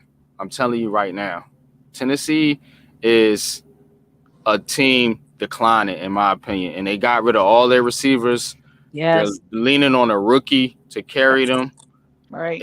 It's going to be problems. And what Wink does is look for the trend here this season. When you go against a average to a below average quarterback, the Giants defense the Giants defense is going to more than likely win that matchup. Now it's just on the offense. If the offense can win the matchup on the opposing defense, that's going to be the question. Right. Go ahead, Dash. No, what I was going to say just real quickly, and it wasn't nearly what you put out there because you put out some good stuff. I was just going to say if we win 24-14, that bandwagon is going to be hefty. People are going to be jumping on the train like crazy. I got one. Nah, what do they you still guys gonna think doubt Daniel us. Jones They does? gonna How do you doubt think us Daniel still. Jones looks in week 1? What do you think his numbers are going to be in that week 1 game against Tennessee's defense? I'm thinking 200 plus yards, 2 touchdowns. That's what I'm thinking. Maybe one of those touchdowns is a bootleg. Maybe. That's what I'm thinking. 275, 275 yards, something like. Because I think that game is going to be in the trenches. How many completions for Jones? How many he gonna miss? You know, Jones is real accurate. A lot of people hate on him. But he real accurate. He is. He real accurate. Because I think they're going to be running the ball a lot, especially this first game. And then they're going to work the pass off the run. I say we throw the ball maybe 30 times. Nah, I think we throw the ball about 30 times. 30, 15 30. and a half. Yeah, 30, 15. They're going to throw the ball a lot. They're going to throw the ball. I think and it's not going to seem like they're throwing the ball a lot because it's going to be those little quick dump offs, those little screen plays, those little, bootlegs, reverses. It's going to be a quick passing game. So Jones is going to be able to get his completion percentage up and thus give himself some confidence, man. Because look, I'm 14 for 16. Let me take a shot. And he won't be scared to at that point because, he's already. And I think the thing, too, is Kadarius Toney is the big wild card right now because we don't know what we're going to get from him. But if he is healthy, he's going to destroy the middle of that defense. Kadarius Toney is going to be a major weapon over the middle with those slants and some of those moves that he can put out there. He's the key to that passing offense. He's got to stay healthy. He said he was ready. He said he was ready. He's got to stay healthy, though. That's the biggest question mark. Yeah. What's really gonna happen is, to your point, the question mark of what Joker gonna do, what Shep gonna do, how Jones gonna play, what the play calling gonna be, is Barkley gonna show up. But the thing gonna be is Robinson and Joker, they can't be held. Can't nobody hold them. I'm telling you, Shep will destroy you over the middle with those short, quick. Can't nobody hold them too. You know what my deal is? What my deal is with Kadarius, I can't call him Joker till he score a touchdown.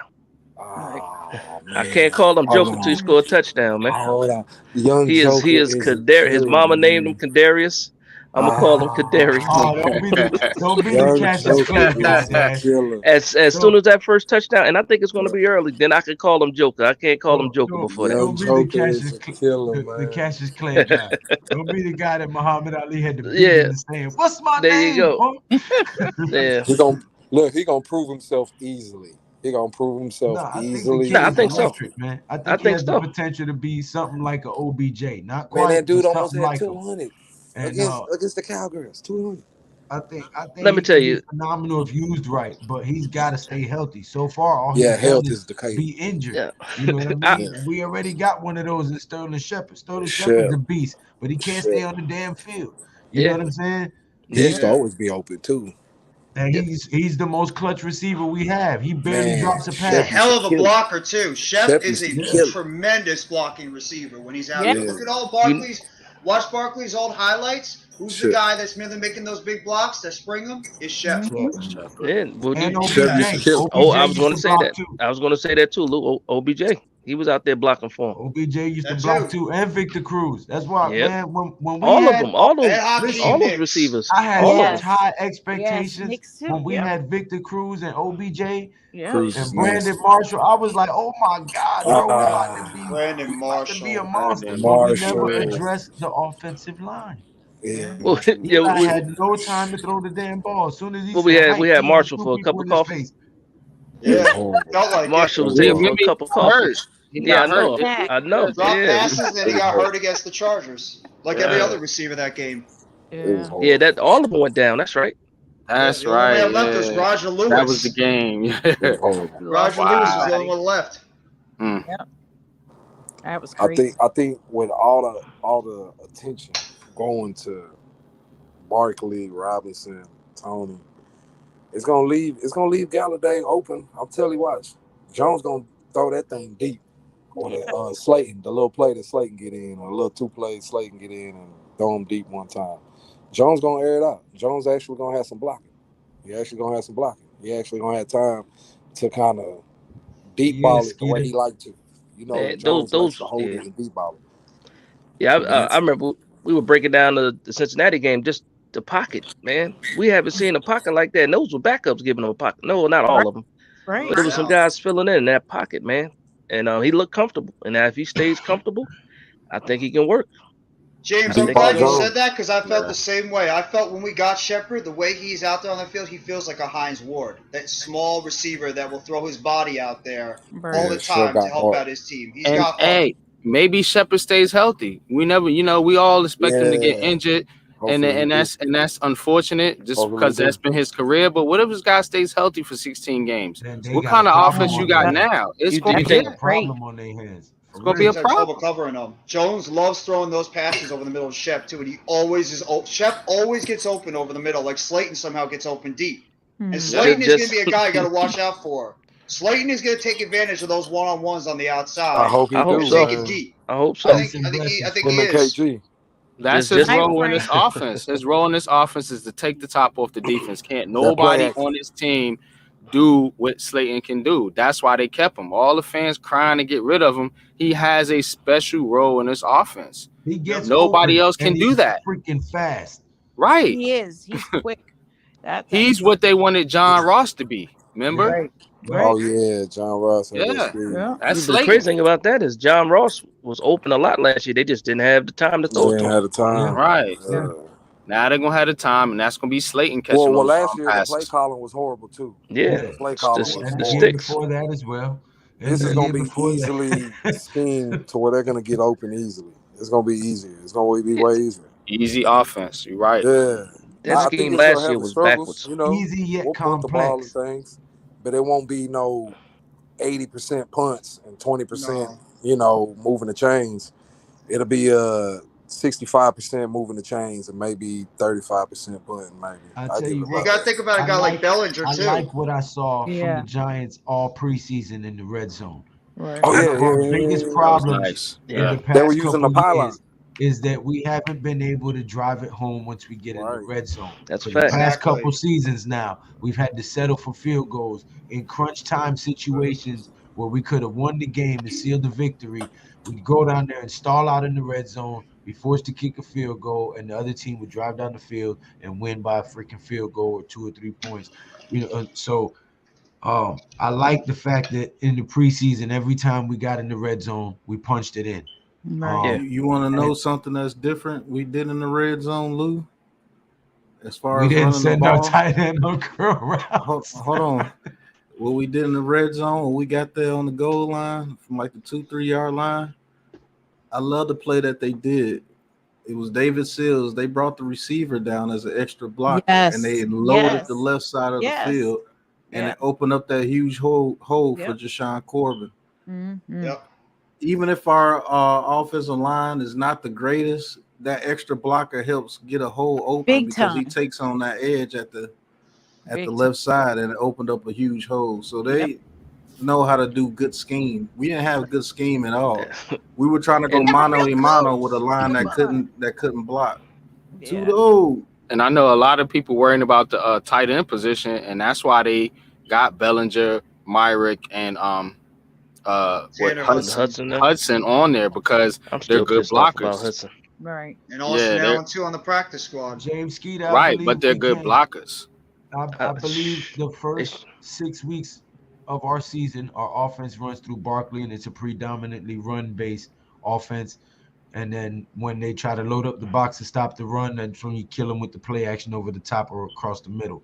I think we can do that very well for the first 6 weeks based on our running backs that we have. We have, I believe, 3 quality running backs, maybe 4. And we have a good run and block offensive line. As our pass protection gets better and the offensive line gels, we'll be more potent in the air as well. So I believe we can be one of the top 15 scoring offenses in the league this year. Tudo, thank you for the $4.99 super chat. It says, Big Boss Lou, the key to win against Titans losers, they have to shut down Henry and our offense to execute fast and flawless. And we say, forget about it. How funny would it be if the first play of the game is play action and they hit Slayton deep? I love it. That's what happened the first game last year. What What happened? happened the first game What last happened? year? They went deep. And I would cuss this fan base out on Twitter. Hey, I'm going in. I know it. I'm this dude's only fan. Seriously, I'm literally this dude's only fan on Twitter. Straight Pat up. to get on the stream. Pat to get on the stream and toss his hat. Too. I'm telling you, I'm going hard at Twitter. If the Pat first is play fair, is Daniel Jones or bomb to Yeah. Slayton, Me too, Pat. I'll be I right promise behind you. Pat to I throw his hat like promise you. T-Rex. Right. But it happened last year. Remember the first deep pass they had against Denver was to Darius Slayton. Yeah. The first deep pass they had in the game against Denver was to Darius Slayton, so I could see it happening. But And they're gonna be ganging up to good ball stop placement, Barkley too. too. They're gonna be They got a ganging up flag to on that stop play. Barkley. Wasn't a flag on that play too? They got the pass interference. He still caught Yes, it. they did, and he still Yeah. caught it. I got a two-part question for you guys. Who do you think leads the team this year in receiving, and who do you think leads the team in sacks? Kadarius Toney leads us in receiving if he's healthy, and the person that leads us in sacks, I'm gonna say is gonna be Ojulari. Me too. I think Ojulari is on a mission this year, and if he's healthy, I don't see him getting less than 13 sacks. I'll agree with the Ojulari, but I think Barkley will be our leading receiver. You mean the I receptions hope or not. yards? Receptions or Yes, yards? receiving yards. Receiving yards. I Receiving hope yards. not, because if he's the leader in receiving yards, that means our receivers ain't doing shit. Yards, I'm gonna go out on a limb here. A little bit of a unpopular opinion. No, because I think that doesn't I mean think our it's gonna be receivers ain't doing Shepard. shit. I think I think it's we're gonna be gonna Sterling have. Shepard. I think we're gonna have such a balanced Riggs. offense that we're gonna have multiple receivers with like 600 yards, 700 yards. So Barkley will probably be a little bit more because he's catching little quick wheel routes and little routes out of the backfield into open space, whereas receivers are trying to create separation. Right.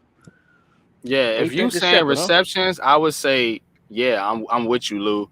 But if you're talking about yards, I'm gonna go out on a limb here. If Sterling Shepard is healthy, and I'm gonna give him a shot here to stay healthy. Say Sterling Shepard plays 14 to 15 games. understand He's the two leading. questions.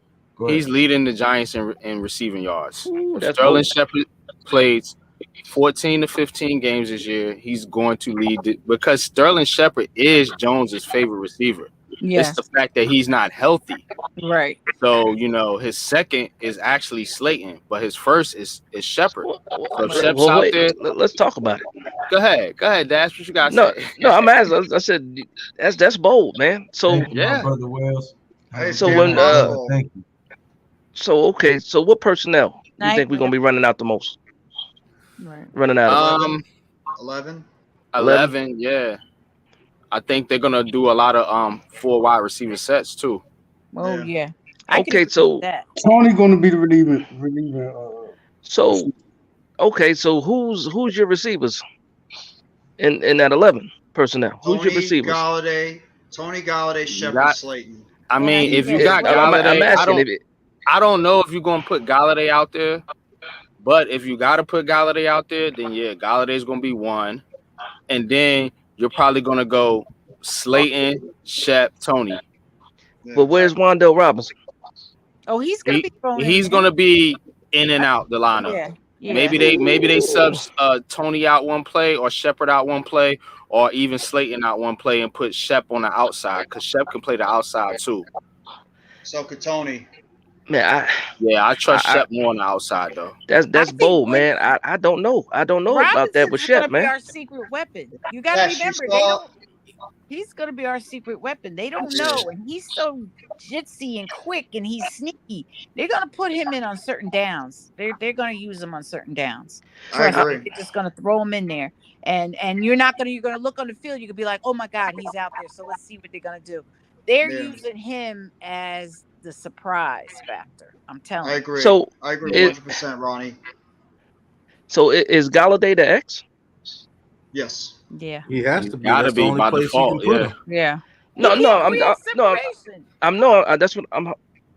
No, I know he plays the X. Is he going to be the X? Is my question. I'm just. That's the only place you can put him. Where else you gonna put Kenny Galladay? If they bench him, that's Slayton's what the X. That's they where I'm bench getting. him, it's gonna be Slayton. That's where I'm going. And Shep. Yeah. That's where I'm going. That's why I'm saying that. Well, in his offense, I thought there's no such thing as an X and Y. Everybody has to know their own route tree. That's what I thought. It's always going to be X and a Y. It's always going to be that. It's always an X and a Y. Robinson's not starting to start the season. He's going to be a backup. They're going to take their time developing him. Robinson is boy. Robinson. I don't think let me answer this for you guys because I see there's a lot of confusion going on. If they're running 11 personnel, it all depends on what they want to do. Because the 11 personnel, you could see Barkley in the slot, Kadarius Toney in the backfield, Galladay out there on one side, Slayton on one side, and Shep in the slot with Barkley. Right. You want to do that to give them different looks because with Kadarius Toney back there, you can easily make that into a wildcat and let Jones go out and let Toney run it for a couple of yards. Wandale Robinson is going to have to get in where he fits in the beginning. Look for Wandale Robinson to get a couple of punt returns during the game also. Wow. Because they're going to want to put him on the field. Robinson is going to have to earn his clock. I don't see Robinson being on the field because to be honest with you, he's going to have to learn this offense. This is a whole new world to Wandale I don't think he's ready yet. See, that opens up a can of worms for me though, because then I got a problem. Why was he the second round pick? A lot of second round pick. We could have got him in the third. He's ultimately going to replace Shepard. These guys are thinking future. You don't think he would have made it out of the second? No. He's got talent. He's Sterling No, Shepard's I'm long-term saying replacement. You know what team he wouldn't have made it past? The Chiefs. Yes. I agree. They took Sky Moore. They wouldn't got Sky Moore. Jaguars wanted him for a fact too. Yeah. Yep. Yeah. He wouldn't have made it past because our pick in the third round was lower than what the Jaguars were, and I promise you, he wouldn't have made it past the Chiefs. Right. Because they know exactly what to do with a Wandale Robinson for sure. Mm-hmm. That's they type of guy. So that with that being said, he still needs he's not out there right away. I No, think he's out there right away. Let I me don't think answer. he's ready. Let I me think he's answer out there this. right away. Let me answer this with a question. Why is it that if you're a high draft pick, like a first, second, or third round, that you can't take your time to learn the game? That's not what I'm saying. Most, I know you're not saying that, but a lot of Mm. people are saying just throw him out there. He's a second round pick. He's supposed to be out. No, a lot of your people that turn out to be Hall of Famers and stuff, they took a little Sat time. behind somebody. Yep. Yeah, they took a little time to learn the game. All right. Would you rather throw that man out there not knowing what he's doing and have him screw up his first year to get his confidence taken down, or would you i.e. have him Aaron right Rodgers sat behind Brett Favre for I think 3 years? 4 years. Yeah, Three look or at that. four? It was 3 years. So then Patrick all Mahomes right. sat behind Alex Smith almost Yeah, he did. 2 years. He So started that one you throwaway game. would you rather have him out there immediately and he doesn't know what he's doing and cause your team to lose because he's screwing up routes and stuff? Or See, would you have him sit the bench for a couple of games? Let's say by week 4, okay, he's ready to go. Let's get him out there. And that brings a whole new element to your team because they haven't seen him yet. So they don't even know what he's about. See, I like that one better. But I'm under the impression that they drafted him to fit the scheme. So he was already they picked up his skill set for a reason, and that's why they got him where they got him. This is why I like the whole draft concept. And Ronnie, you can attest to this too because you like scouting as well. Right. You pick a player knowing that he can fit your system if you teach it to him, because his skill set tells you that once he learns this system, he's going to be a monster because he already has the skill set that we need. We just need him to teach him the system.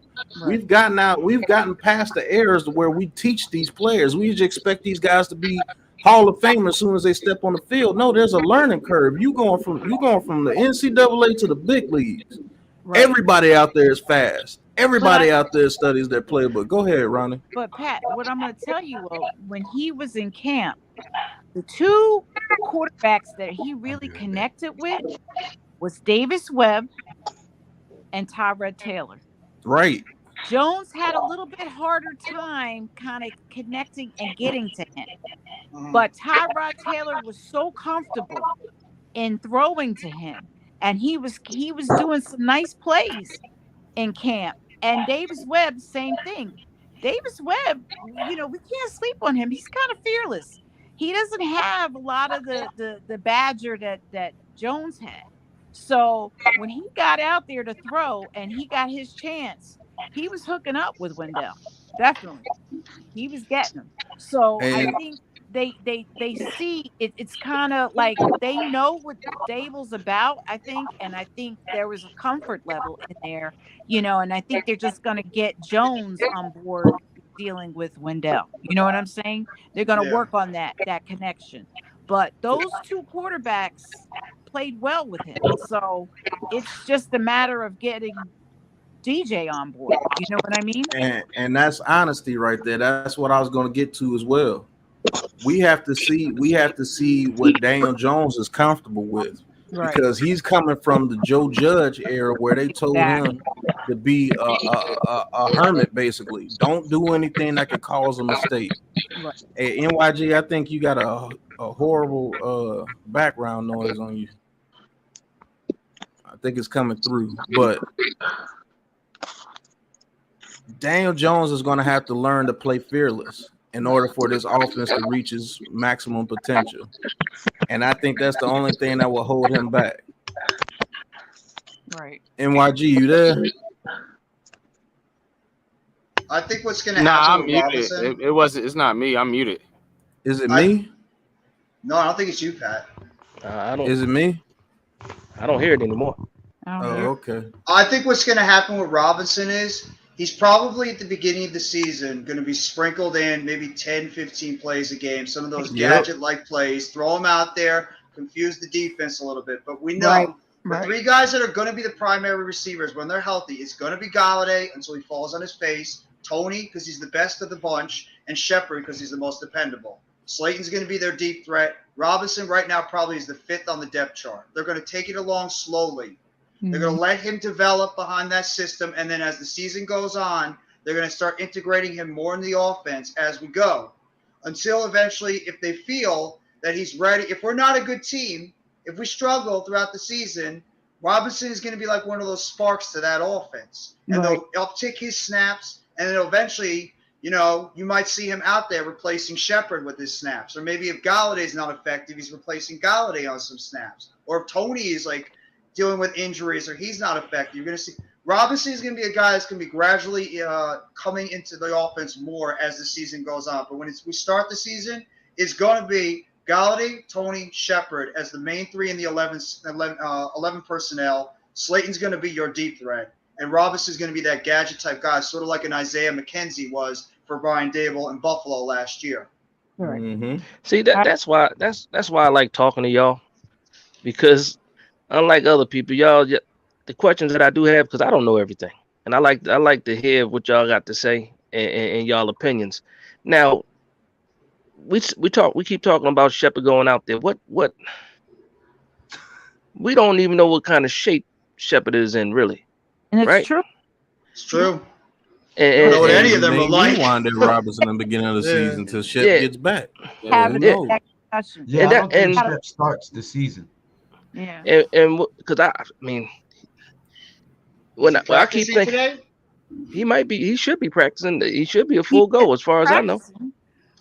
But you But just yeah, don't know with him, though. That's the thing. because I mean, yeah, he could get And- that one bad hit, and then he's concussion prone. That's his biggest problem too. We so forget that. that's my question, because I keep thinking about Wandale Robinson, and outside of where he was picked, I'm thinking about obviously they probably got some packages for him. We assume because he's a rookie, because of everything that Pat was saying, he's still learning. It's a learning curve between the college and NFL. But I got to believe he got to be out there first. That's just me, because I think because we don't know where Shep is health mentally. If he trusts himself as much, he looked pretty good out there. But we'll see what happens during a live game. I just think Wandale Robinson might be the guy that's the third receiver out there. He is the starting slot guy to me. I think Brian Dable also likes rotating his wide receivers a lot in plays, so you could see Wandale play a decent amount. And maybe some plays we see Galladay, Tony, Shepard. Maybe some plays you see Galladay, Robinson, and Slayton. I think he's going to mix it up in terms of the wide receiver core, not only to keep them fresh and not throw them out there on too many snaps, but also maybe, depending on the type of play that they're going to call. Keep the defenses guessing. Exactly. So I think they're going to try to mix up those wide receivers. You could even see a play where you see Robinson, Shepard, and Tony on the field all together with Barkley out there. You can see them all split. You could see Shepard and Barkley in the slot. Wide. Yeah. Exactly, or split wide. I mean, I think that's what you're going to get in this offense. I think they're going to rotate all these wide receivers, keep them fresh, and keep that defense guessing on what you're going to get and who might the ball go to. Right. We've been answering this question for the last 20 Bronx. minutes, Aquarius. He says, G-Nation Inside Sports. Y'all see the latest Kadarius Toney Insta drama? What's the latest Kadarius Toney Insta drama? Oh, no. No. They were all grown at the same time. Oh, man. The only thing I've seen something, I thought it was a joke, but it said like Kadarius Toney had put, I guess that was his account. He had put something that said KG ain't none. I don't know what that meant. If that was a real thing. Uh-oh. Wow. Tony and Galladay. And if he did do that, that just proves exactly what I was talking about with Kenny Galladay, is that when he seen that playbook, he wasn't going to be the number one receiver. Yep, it was going to be Kadarius Toney. I've been saying that the whole time. I thought that way from the beginning, Pat. I agree. Felt that way from the beginning. Every time Kadarius Toney was talking about the damn plays, he was smiling from ear to ear. So that tells me that he was going to be a feature guy in this offense. And so, like I said, there may be a small beef going on. Who knows? And that's why Kenny Galladay that's why he wasn't really playing hard in the preseason games. Right. Yeah. Makes sense now. Yeah, but I tell you, Galladay, I think is still kind of hurt, because when they were at camp, I'm telling you, him turning his hips, it's still a problem. There's something going on there. still you could see the little hesitation I think when it's the he hip. has to turn a certain route. He has an issue in getting that whole movement down smooth. You see him like slow up a second. That's why he can't get that separation. I'm telling you, I see it. I can tell when he's running those routes, he can't really get away from the defender fast enough because that hip action is not happening. I'm telling you. Ronnie, I really believe, I think that hip injury that he suffered a couple of years ago Yep, he's really paying for zapped some of that explosiveness he might have had a Exactly. couple of years ago, and he just don't think he's that same player. Nope. Now, maybe it is mentally with him, but I'm really starting to think that hip injury took Absolutely. away of some of Galladay's explosiveness, and he's just not the same player he was He's before. not. It's not. He can't turn. You can see it. He runs the route. He gets there, but it's the problem of actually when he has to, depending on how the route is actually where he has to turn and the throw is going. And this is why if you notice, he's short. Like he'll never just grab that ball. He'll always it's like a little hesitation, and then he'll miss it.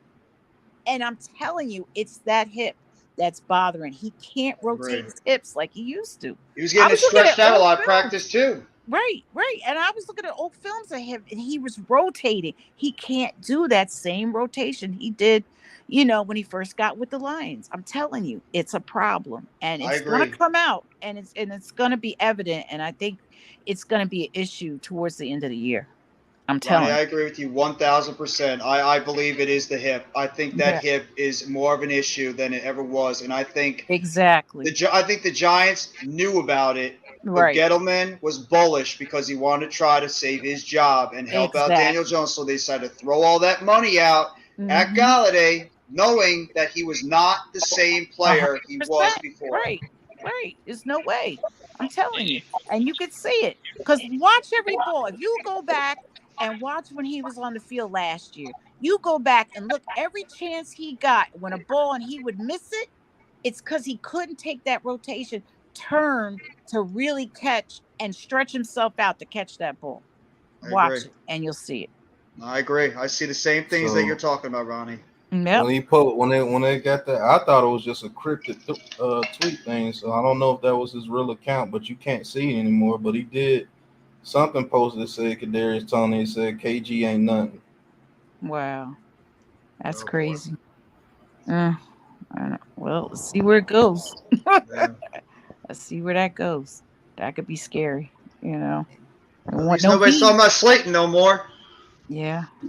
Well, KG is stuck with the team for this year, right? They can't cut him. Right. 2023. That's what we got to deal with them until 2023. So we're gonna have to he'll be cut after this year.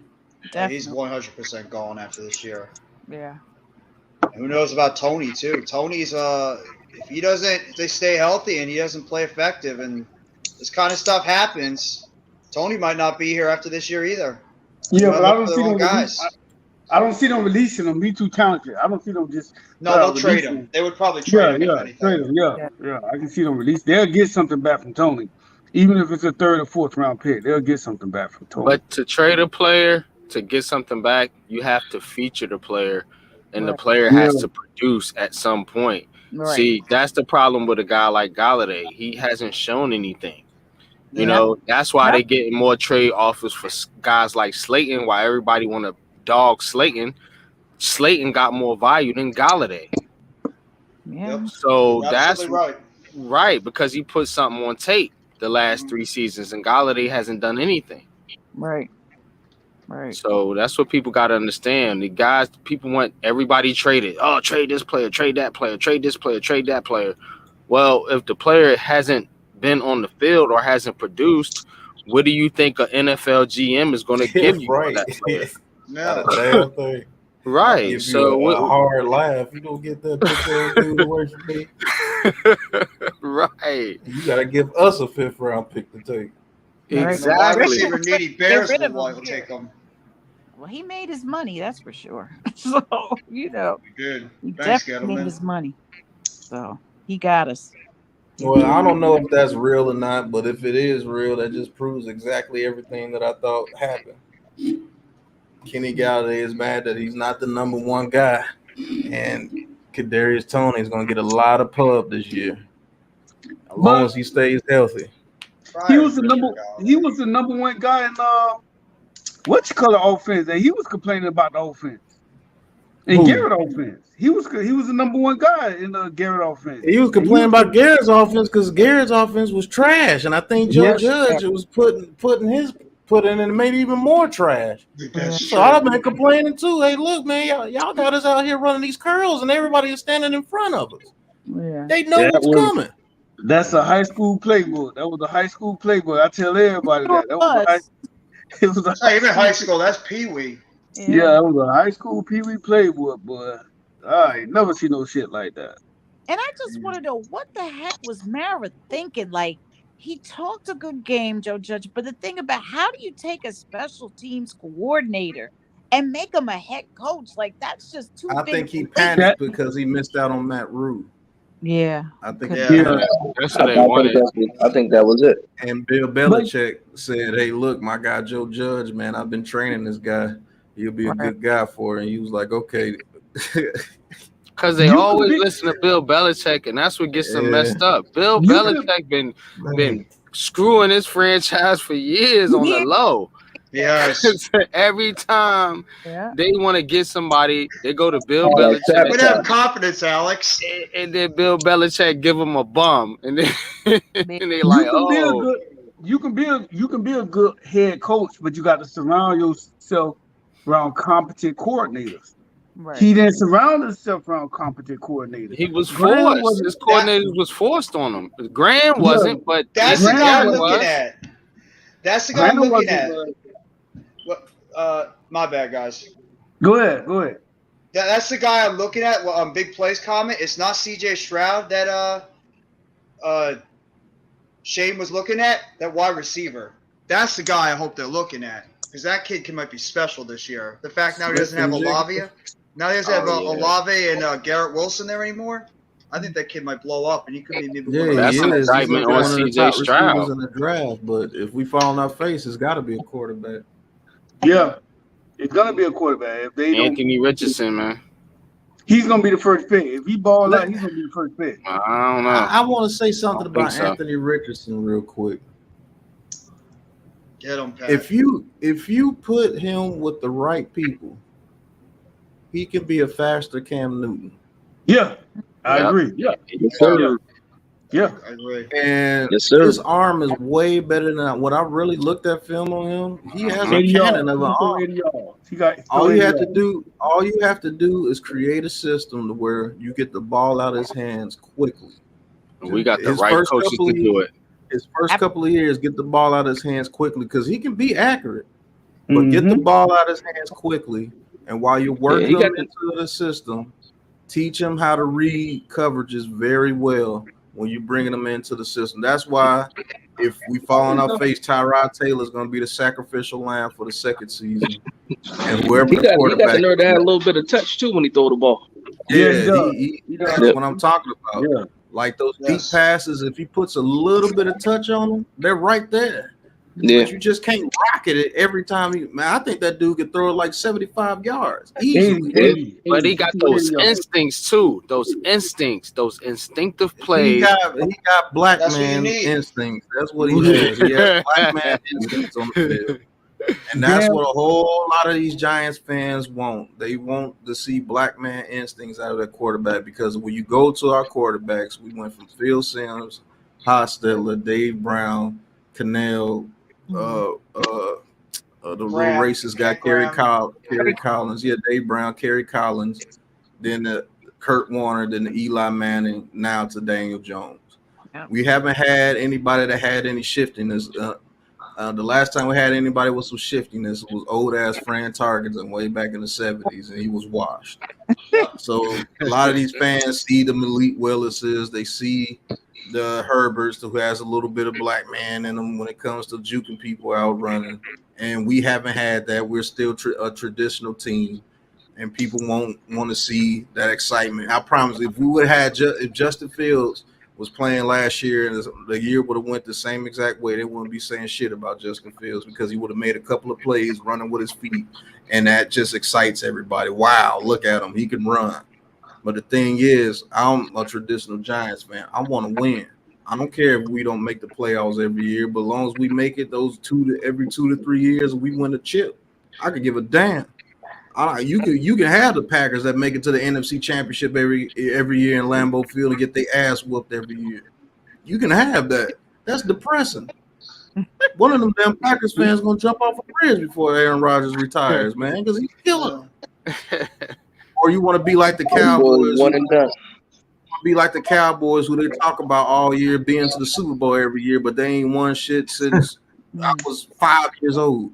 2 playoff wins in like 25 years. Yeah, 2 playoff wins in 25 years. We got more playoff wins in Dallas than one of Eli Manning's runs. Yeah, Exactly. This might be Mike McCarthy last year. They're gonna go after that boy. It don't matter who they bring there. As long as Jerry Jones is still there, right. And we'll it's gonna be the same thing. Go They ahead, had Ms. Bill Ryan. Parcells and couldn't win. Like, come on. Worse than it be. You can't do it all. You can't be the general manager, the equipment man. He does too much, and that's what holds his whole team back. He doesn't let his his head coach take over. He's got too much control. He's a micromanager, and they're never gonna get where they need to go. Plain and simple. And the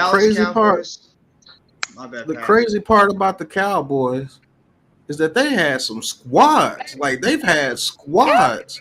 When they had Romo, T.O., Roy Williams, all them dudes on Miles Austin. Yeah. Remember, that's Miles when we Austin. played them and went and beat them in the McFadden, that playoffs. running back, Felix Johns, Marion Barber, the best offensive line in the league for like 10 years running. Yep. They still didn't win shit. Yep. He's his own. I don't want to be like that. No. I'll give you the definition of the Dallas Cowboys. That one game in 2011 where Tony Romo had the chance to beat us, and he had Miles Austin streaking down the right side, And wide he open. missed And what him did like he a do? jackass. He overthrew him. If that was Eli Manning, he would have hit him in stride for a If touchdown. he hits that throw, we don't even say we're winning. We have 4 Super Bowls. We will only have 3. And guess what? Romo let us get the 3rd one with his trash ass. Let us beat them in Dallas because they had a whip that year when they had T.O. in them. Yeah, I was like, man, this gonna be the hardest. I was more scared of the Cowboys than Brett Favre and them. Yeah, because I knew we could beat Brett Favre and them. You want to play us in the that was dope.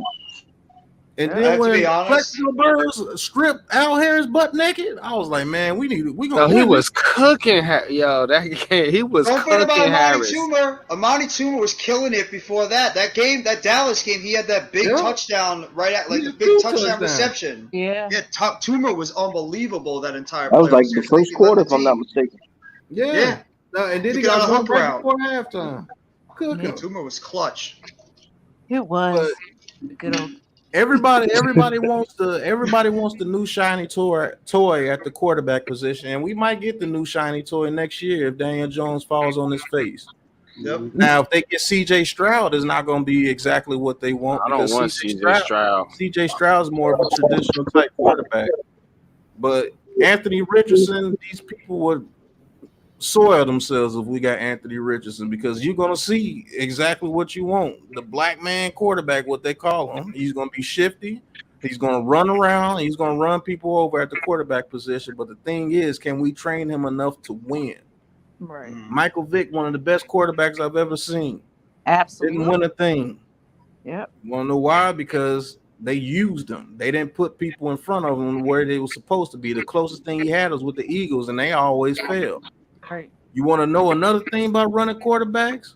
Randall Cunningham, one of the most exciting quarterbacks to ever step on the field. He was one of the first to do it. Yeah. He didn't win his MVP until he became a traditional quarterback with the Vikings because he couldn't run anymore. Right. And guess what? He won an MVP and should have won the Super Bowl when he became a traditional quarterback.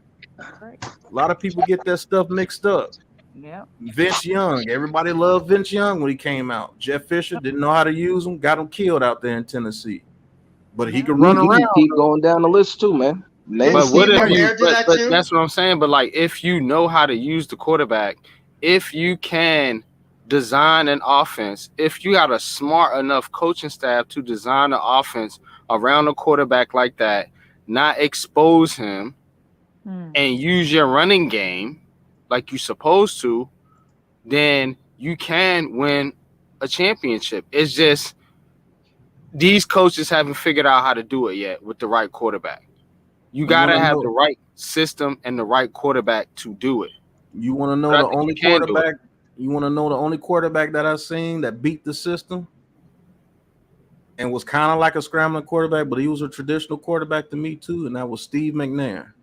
Even though Jeff Fisher was the trashiest coach that you can think of, Steve McNair still got them to the Super Bowl. So imagine if Steve McNair had a very good coach, because he played with them his whole career, and then he went to the Ravens and had a little bit of success, but he was already broken. He was already beat up.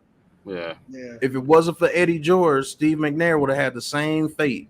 But that team was so good that they were winning because they were that good. And Jeff Fisher, I hate that dude to this day. Because Steve McNair was a monster. Steve McNair was Look awesome. at Steve McNair's film, man. That dude was a monster. He didn't have to. He could run, but he never did run unless he had to. McNair, man. He was Ben Roethlisberger before Ben Roethlisberger was there. McNair. Right. He's the only quarterback that I know that beat the system, and it wasn't for. I like that a lot, Jeff. I like that comparison, Jeff, a lot. Thank you. He was. He's a Ben Roethlisberger ass Isaac Bruce getting that damn touchdown because I think Samari Rowe gave it up like an idiot. Yep. You know what they finna run. Kurt wanted them run that all day. It wasn't for that, and Kevin Dyson had a little bit of strength, and don't let Mike Thomas grab you down with one finger. Who knows what they could have done? That would have been the only quarterback I would have known that beat the system. My brother still has nightmares from that Super Bowl, being a Titans fan. He hates that moment. That moment still strikes like as a nightmare for him. That they I came wanted the 2 yards Titans short. to win the Super Bowl so bad because even though I was on, I think I was only like 13, 14 at the no, it wasn't that long ago. I think it was like 16 or 17 at the time. It was 1999, right, Pat? Yeah, 99. Shit, I was 12. I think I was about the same, 12 years old. Yeah. I knew that dude was something special, and Jeff Fisher's offense was trash. I used to tell my uncle that all the time. I said, "Man, I don't know how this dude doing this with that offense. That offense is horrible.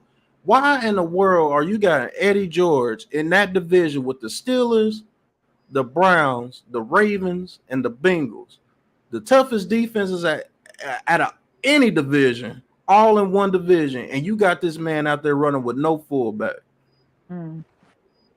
So he stunted Eddie George's career. Eddie George probably could have had way more than 10,000 yards if we would have put a fullback in front of him. This dude is getting hit by Jamie Sharper, Peter Bulwer, and Ray Lewis constantly. Yep. I said, man, they're gonna get this man killed because Ray Lewis and them, man, they didn't get made. That was a young Ray Lewis. So you imagine the speed that he's coming out against Eddie. Man, those battles used to be gruesome.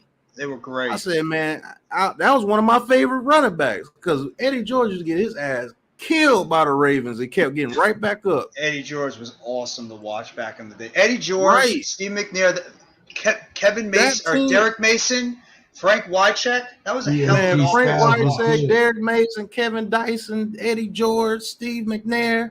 What's the Bruce Matthews at left tackle? Bruce Matthews. Man, they had everybody on that offense, man. They had Curse too, right, Pat? Yep. Curse came in as a rookie. They had Blaine Bishop, Marcus Robinson, Samari Rowe. Man, I love that. I think at the other defensive end. Carter. Then they had Chris Dishman. Man, that Bubba McDowell at linebacker, Keith Bullock. Man, that team was off the chain. Awesome. And I was like, if they had a coach, they would have won 2 or 3 Super Bowls. Remember the Giants picked up an old Keith Bullock? Remember that? Yeah, I do remember that. We had an old Keith Bullock and an old Carlos Emmons. All you gotta do is look at Jeff Fisher and look what he did with the Rams and how bad that team was. And then the second he leaves, they get all of a sudden Jared Goff becomes a halfway decent quarterback. Yep. He's used that bad of a head coach. Yeah.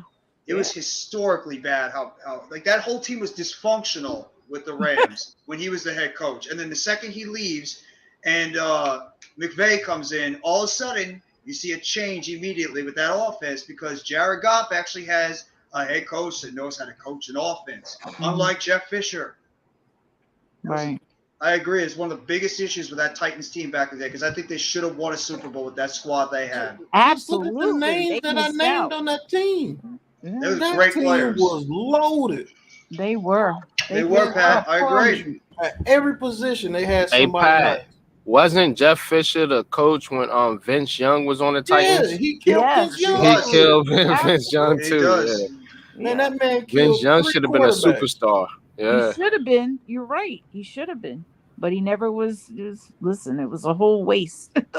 Yeah, he ruined Vince Young. Pat, I And remember for those some Titans reason, teams. that man had held a coaching position for over 20 years as a head coach. Yeah. And I'm Brian like, Billick damn. never did.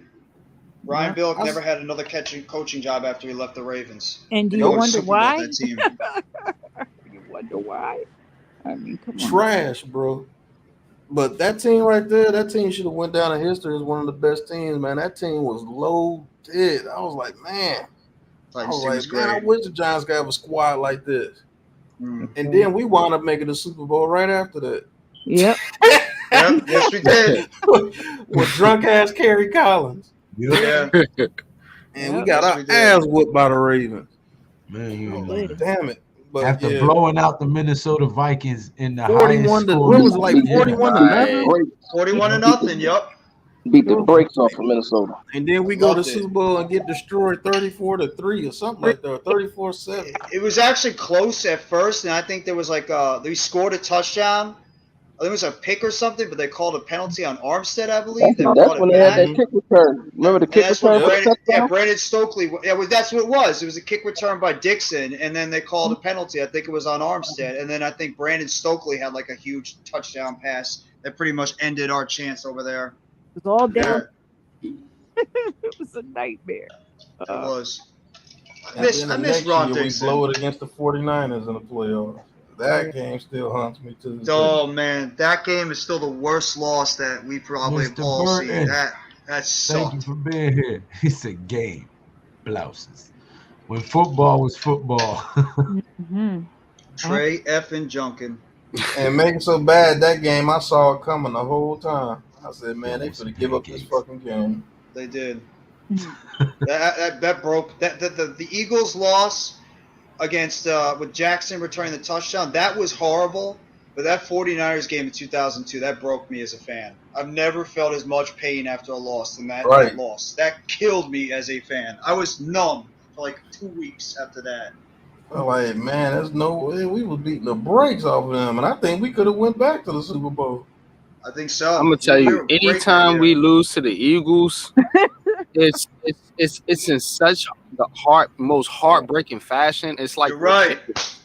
anytime we lose to Philly, it's just like it's just in the most ridiculous fashion It's that you history. can imagine. It's history every time. Right. It's so like outrageous. It's like, oh, you know, the most outrageous comeback or the punt return, the drop, We the did fumble. get them back though one year though. We did. Seahorns pick in that playoff. And then Eli got them back one That- time that too. punt They was return. beating the brakes off of us one time, and we were down by like 24 or something, and came back and won. Now that I punt remember return one was game fun. we beat Philly when McNabb played and we sacked him like 10 times or something. That was the OC Manure. That was one of Yeah, my OC favorite got games. six sacks that game. Yeah. Yep. Tuck. That's another thing Eli don't get his credit for. Yeah. Fourth quarter comeback. Eli Oh my was a God, beast. so many. Clutch. Facts. Yeah. Flexico Burst with I that know game when he touchdown in all the 2005. Oh my God. Yeah, all the years watching with Eli Manning, I always knew that we had a chance to win. Mhm. I don't care if we was down by 15 points with 6 minutes left. I said, man, if they get Eli this ball, Same like thing. pull something out his ass. Yep. And That's a fact. he always did it. I was like, God, dog, man. Yep. Every I time, used to every love time watching Eli had Eli. that ball, I loved it.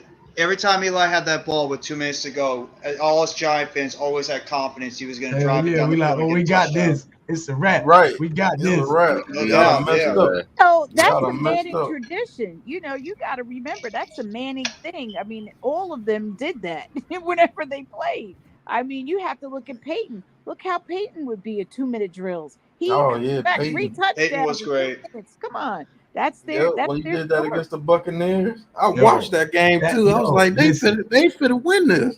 Yo, one of the Family most tradition, amazing that's what I say. comebacks in the shortest amount of time I've ever seen. Right.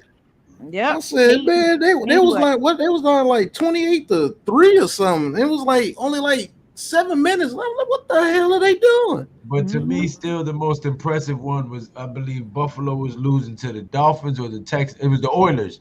It was the Oilers. Yep. 35-3. And they came back and won that Frank game Wright, 38-35. Frank Frank freaking Wright. right. Trash. It was down 35-3. Trash. Pat, you should And make you a look, shirt that says trash on it. man, I got some more shirts coming out. Pat, you got to I'm get just ready waiting for everybody those. to get monetized. I You just gotta got get- approved from my membership. That's what I was reading when I was quiet just now. I was reading the email from YouTube. Oh, so now you can get memberships now. Yeah. There you go. Pat, you got to get ready for those comedy segments too that you were doing last year. Oh, All what are those you follies. doing? Yeah, Yeah, what What getting are like you that. doing? What is wrong with you? Can't wait! I can't wait for those to come out. There's gonna be a lot of them this season. That joint funny, man. That's how I found your channel, Pat. Off that, what was you? What are Really? you doing? Yeah, Oh, yeah. I was looking through YouTube, and I seen this. I was like, "What is this?" And it was like the little clown music. I was like, Mhm. That shit all killed right, me, bro. I this is remember I pretty called funny you as right soon as here. you released that shit. I was like, bro, that shit's winning. Yeah, I was like, "Yo, this is pretty funny right You here," need and to I do more of subscribed them and shits. shit. Yeah. I had did it. I had the way it came to me. I was just sitting here one day. I was like, man, look at this dumbass shit this dude just did here. And that was the Kirk Cousins throw. When he threw it, and I was like, damn, that dude could have fair caught that catch. Fuck it, let me just make a video about it and see how it goes. And man, I laughed my ass off making that video. I was like, yeah, I'm gonna keep doing these. This shit funny as shit. But the thing is, what is wrong with you? once the NFL get a hold of it, they can do whatever they want to it and make it their own. Yeah. There's gonna be Yeah, a but lot they of them corny this year. though, man. They ain't authentic like you, bro. No. They corny. Shit. They gonna water it Corny down. And, jokers gonna make millions off of it. Watch what I tell you. Probably but gonna be keep a it lot a of buck, plays with the though. We Bears. know where it came from, man. Yeah. Probably be a lot of those this year with the Bears. With how bad they're The real probably supporters gonna know where it come from. Who y'all think the worst team in the NFL is right now? I think it's the Seahawks. Bears. It's the Seahawks, and it's not even close. Yeah, they are bad, man. When you Bears are lose bad, out, when too. you lose out to Geno Smith, oh, you are ass. Drew Lock lost to Geno Smith. How do you lose out to Geno Smith for the quarterback? They dead. They might get one victory. We fired a head coach. I got him We 2 fired and a 15. head but coach yeah. for putting Geno Smith on the field. Right. That should tell you. Right. A coach got fired for putting Geno Smith on the field. And you lost to him? Yeah, you done, cuz. And he was our quarterback at one point, and a Jets quarterback. Yeah. McAdoo, let McAdoo tell it. You know, I have faith in Geno Smith. Yeah, okay. Thanks, McAdoo. Yeah, we had a lot of faith in him. You didn't recognize that we had a shitty offensive line, and you chose to try to throw Eli under the bench, and you was over your head because you didn't know how to be a head coach. You was just That's right. all right offensive coordinator. Yeah, that's true. I promise you this: whoever got DK Metcalf and Tyler Lockett in fantasy gonna be real disappointed this year. I ain't pick them. I promise you. Or no fan. I They hear- actually have talent at the skill positions, and they're not even going to be used. Right. Right. I promise you, you're gonna be one mad customer because Just Metcalf like- might get 600 yards this year. Hey, I'm gonna tell you the Bengals example. playoff game last year. Okay. He said Penn State versus Purdue down to the wire looked like the Bills versus Bengals playoff game last year. Wow. Oh, okay. That was a good game there. Yeah. Said Peyton was better in regular season, but Eli was clutch in the playoffs. True. They even said that Eli was just different. He even said Eli in an ran the interview. 2-minute drill like nobody. That's right. Yeah, that's true. True. Eli, I don't know what switch Eli hit when it came to the playoffs, but man, he was deadly in the He playoffs. was on. He was on. That's it. That was some brother shit. He had been tired of being under Peyton's shadow for most of his life. And at that time, Peyton only had 1 Super Bowl ring. So Eli was like, I'm going to get the 2 first. Fuck that. Right. Right. Because you got to I'm remember. going to beat Peyton at something. Yeah, but that was Did he get no? Peyton hurt. got the 2 first, didn't he? No, Peyton Eli got a did. second one with the did. Broncos. Yeah, Eli got Yeah, the 2 but didn't they first. win before we did? They won in 2006 with the Colts, and then he got his Yeah. second one with the Broncos years later. Yeah, Peyton won the first one, then Eli got 2, and then Peyton got his last one when he retired. Oh, On that Broncos Well, defense. What year did Peyton retire? What, 13, 14? I think 2013. It was the year of the Meadowlands. I think they won the Super Bowl. He was trash, man, on that bad. team. Man, He was gone. he trash? Oh my He's gone. god. They gave him that. He was throwing Yeah, like they Mike gave him Glennon. that, right, Ronnie. They gave him that Super Bowl. They let that was just so scripted to me. That whole Exactly. The defense was phenomenal that year. That was against the Panthers. That's Cam Newton and them was like 14 and 1. It was, everybody was They like, were they're going to be 15 and 1. 15 and 1. Yeah. When Cam Newton fumbled the football and forgot where it was. I think he's been to the Super Bowl twice, right, Newton? And he's lost both. No, he's been in only once. I swore he was there against the Newton Patriots was never one the time. same after that Super Bowl loss. Yeah, he certainly wasn't. He wasn't. No, he was. He was. No, they messing went. after They that. went against the Patriots, but Cam Newton wasn't the quarterback. It was Jake. Oh, that's Delhomme. right. That's right. DeLone was the quarterback. My fault. Yep.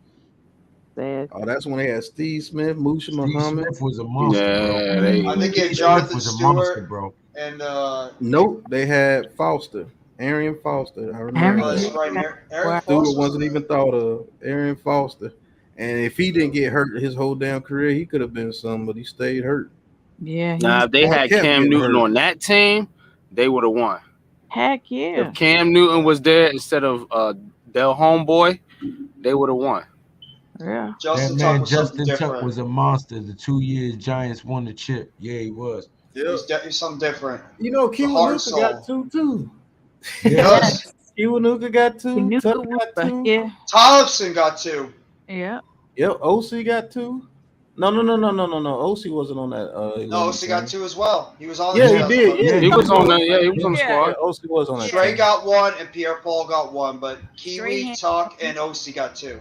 Well, Right. Pierre Thomas. Paul got 2 because he got one with Tom Brady.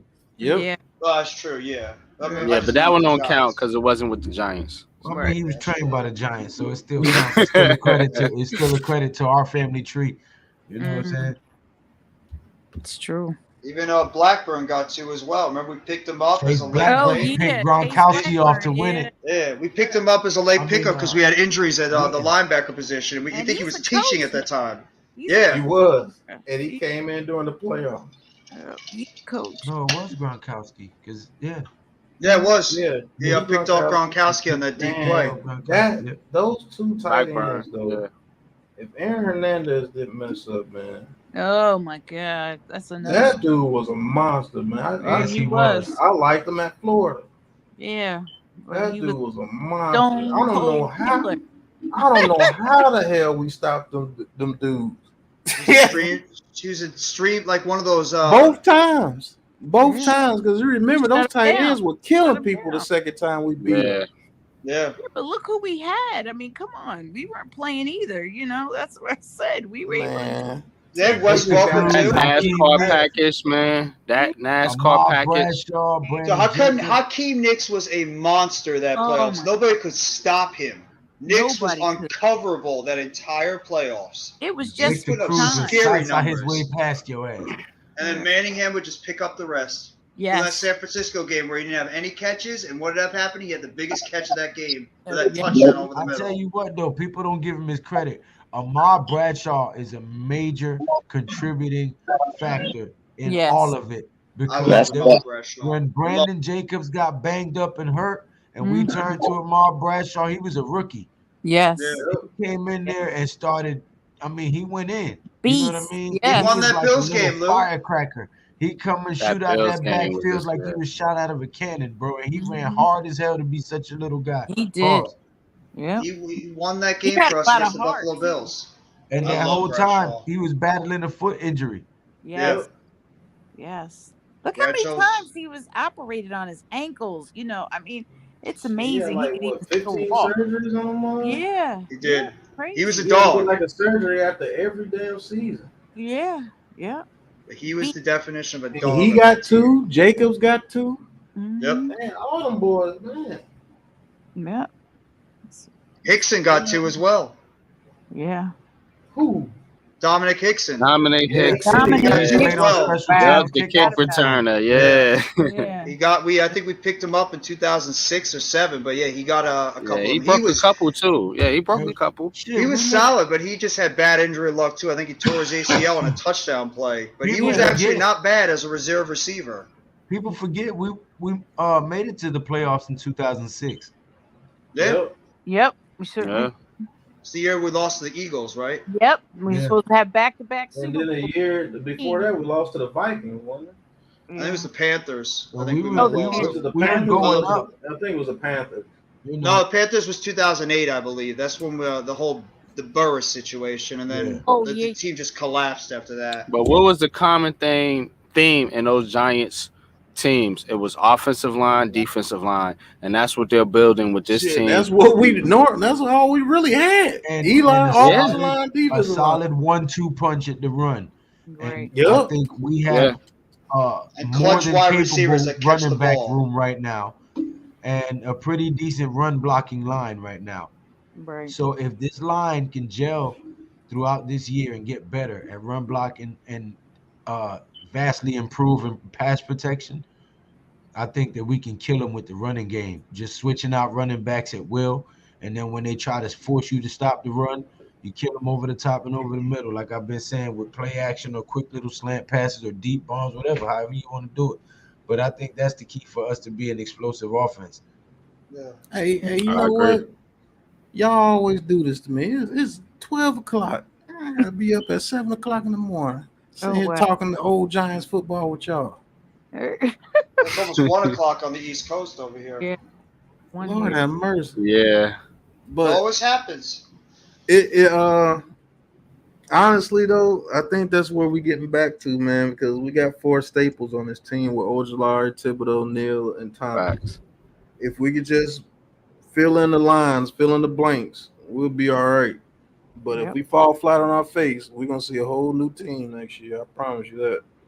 They're gonna get rid of all of them.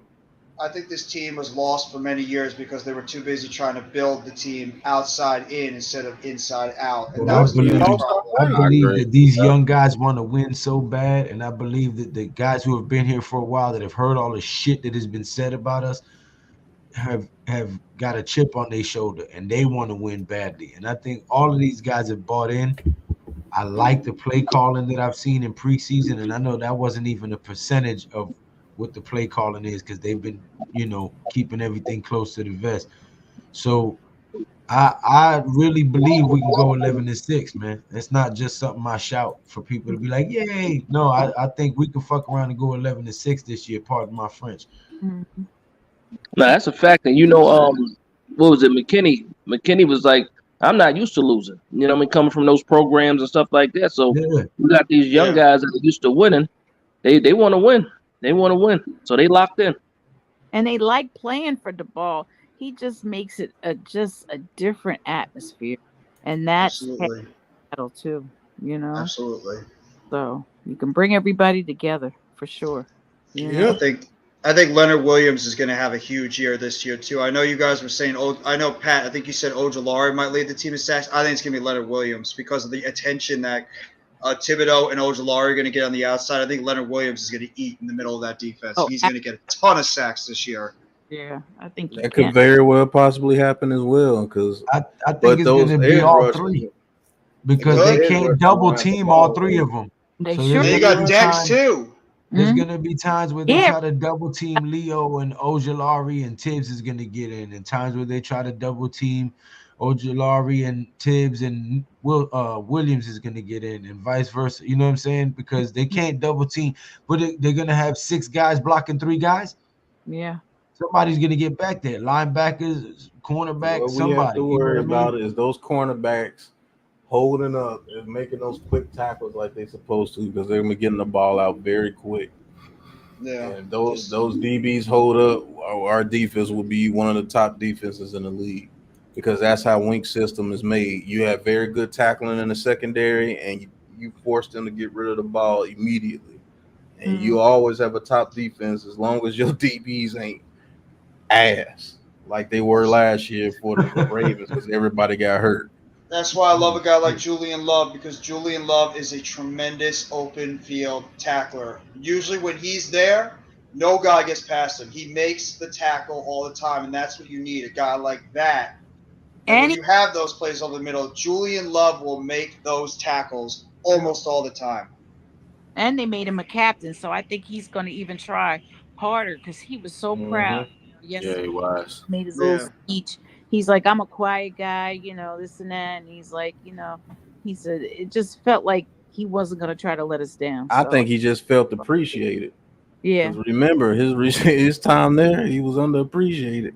True. I They think didn't he's know a what glue to do guy. with Julian Love out there. I think that guy's a glue guy. Team player. Yeah, But definitely. I think he have a good season. We just gotta hope Adoree Jackson and Robinson can hold up. Hold up. But we'll Darnay see. as well. Yeah. I think Darnay's gonna be okay. Yeah. I truly believe Darnay's gonna have a good season in the slot. It's just that are Adoree Jackson and Aaron Robinson gonna give up those deep passes? Right. We'll have to see. And is Dory going to stay healthy, too, because he's had injury Exactly. issues over the Yeah. years. Well, I think they're I going to don't. make the adjustments. I Let's don't just think hope. Wink is with that shit.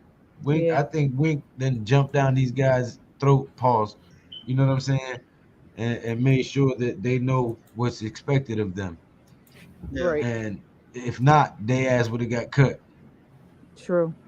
I agree. We'll have to see. I think it's He risk old school. reward with those cats, man. Because you're gonna get the reward in sacks, but there's times where you're gonna give up the big play, and the Giants are just gonna have to live with that. Basically, that's how this defense is gonna work. They're gonna get a lot of turnovers, they're gonna get a lot of sacks, but they're also gonna give up big plays, and that's gonna happen until, like you said, we can get those cornerbacks in there that can man cover and tackle. Right. So that's how it's going to be. That Ravens defense had those guys like a Marlon Humphrey or a Marcus Peters that can man up on the outside, and that's what helped that Ravens defense become as good as it is, because Wink Martindale trusted those guys that they'd be able to not just let their guy go on the one-on-one coverage. And it's no coincidence when they got hurt last year why that Ravens defense started to struggle when Humphrey and Peters and those guys went down with injury. So yeah, I agree with you 100% on that, NYG. I also think we can be okay with that. I'm okay with that, because if your offense is putting up points, so what if you give up a big play here and there? If you're up 31-14, okay, big deal. If your offense is humming and can put up points, it's okay to give up a big play here and there. Tighten up in the red zone and don't allow touchdowns. True. That's all they got to do. True. You're Watch right. Darius go out there and have like 80 catches for like 1,200 yards and like 6-7 touchdowns. NYG will be like all over that on Twitter. Hey, man, that would be funny though. I mean, it would be, because they I'm just talking hate about this guy. the Kadarius Toney post. They saying that him and KG Pryor were playing Madden. Possible. Wow. And that could be it. People take this shit out of context and trying to make a story with clickbait or views or whatever. That's one thing you're never gonna get on my channel. I did it one time as a joke, talking about Mara got arrested. Yeah. I don't know if any of y'all saw that video. I cited three charges. I said he killed the fan base, he killed the team, and he killed the organization. 3 counts of murder. That's cold. Wow. But nah, I would never try to mislead nobody to get no views. So that's what they do. Yeah, people be doing crazy stuff, but you can't, as an athlete, you gotta know that you can't post shit. No. If I was an athlete, I would post shit on Twitter or nothing. I don't even have a Twitter. Right. No, I don't post nothing. Even before, like, you gotta think about it. Now jobs look up your social media and shit before they hire you and interview you and all that shit. You know what I mean? Terrible. Terrible. It's just horrible. So if you a chick trying to go for a job, you get butt naked on Facebook, they gonna see. Oh Lord. I'm like, you know what? Oh man. We don't hire strippers. Oh man. Wow. They gonna come up with some reason not to hire. But man, it's been a joy talking with y'all tonight, man. Congrats, Lou, on getting your membership status No doubt. and getting your first super chats, man. That's dope. Yeah, it's great. So Congrats, Lou. we got two people. Happy birthday. Yep. Thank you. Happy birthday, because Happy we ain't gonna birthday, see you Lou. on your birthday. So happy birthday. Yeah. Happy birthday. But I might be calling Happy the fight born the day day, before. bro. There's fight Saturday, Oh yeah. so Who I'll be fighting calling Saturday? the fights. I forgot right now because it's 1 in the morning. But Man, I think that fight gonna be trash, man. Oh. Is it during the day or night, Lou? no. Well, there's a fight on my birthday too. That's the Ortiz. That's fight. the King Kong Ortiz and Ruiz yeah. fight. But I'm not gonna call that. I'm gonna enjoy that. Me and my brother gonna Yeah, watch that. enjoy your birthday. Sure. You know what I'm saying? But Enjoy your birthday, man. But Saturday deserve I'll it. probably call the fight. Just because I'm gonna feel like I should be calling the fight on my birthday. You know what I mean? All right, Then I'm then. gonna feel like, damn, I let people down. I was supposed to call the fight, so I gotta at least call the fights to Saturday night. I think it's gonna be UFC though. Oh well, The we can ground do and that, 'cause pound I don't know no podcast. boxing match on Saturday. I gotta call the wrestling event on Saturday. You got some good ones coming up though, because that Canelo Triple G coming up soon. You also got Errol the, Spence Crawford coming up soon. you got the Conor Ben versus Chris Eubanks Jr., which is a rivalry Family rekindled from rivalry. my father. Yep, Nigel Ben and Chris Eubanks Sr. fought twice in 90 and 92 and beat the blood out of each other. And this is 30 Neither one of years them was later. the same after those fights either. Right. And 30 years later, their sons are rekindling it. They have hatred for each other just like their fathers did. Yeah, it's good promotion. Both pretty good boxers. So it should prove to be a bang-up fight. So definitely got to call that one. That's October 8th. And then I believe the Earl Spence and them is November. Yeah. Canelo and Triple G September 17th. So yes. And Wilder's supposed to be fighting again this year too. Right, with in October. I think it's on the same card as Conor Ben and Okay. Chris Eubank. How y'all feel about Wilder now? Man, I feel that he's still I'm gonna always knock out gonna anybody give, that's I'm not always named gonna Tyson give Fury. Wilder his props because Wilder is not your typical pedigree boxer who came up in the amateurs and been fighting since he was little. He started boxing at 25. Yeah, he was late. 25 years old. When he started, he had to make a life decision. How am I going to provide for my family? You know what I mean? And went full throttle and believed in himself and became champion of the world. So, Yeah. you know, there's critics who can say whatever they want. That's like I ain't never want somebody to want to fight so bad, man. I don't particularly like the Jake Paul and Logan Paul, the way they do things. But if them boys make it to become a champion in boxing, I'm gonna have to give them their credit because regardless if I like their approach, if they believe in themselves, they go out there and they knock out the right people to get championships. Who am I to be like, you got to give them their respect. You know what I'm saying? So Logan Paul's over there killing it right now in the WWE, so I got to give credit to him. Yeah. He's doing awesome over the WWE right now.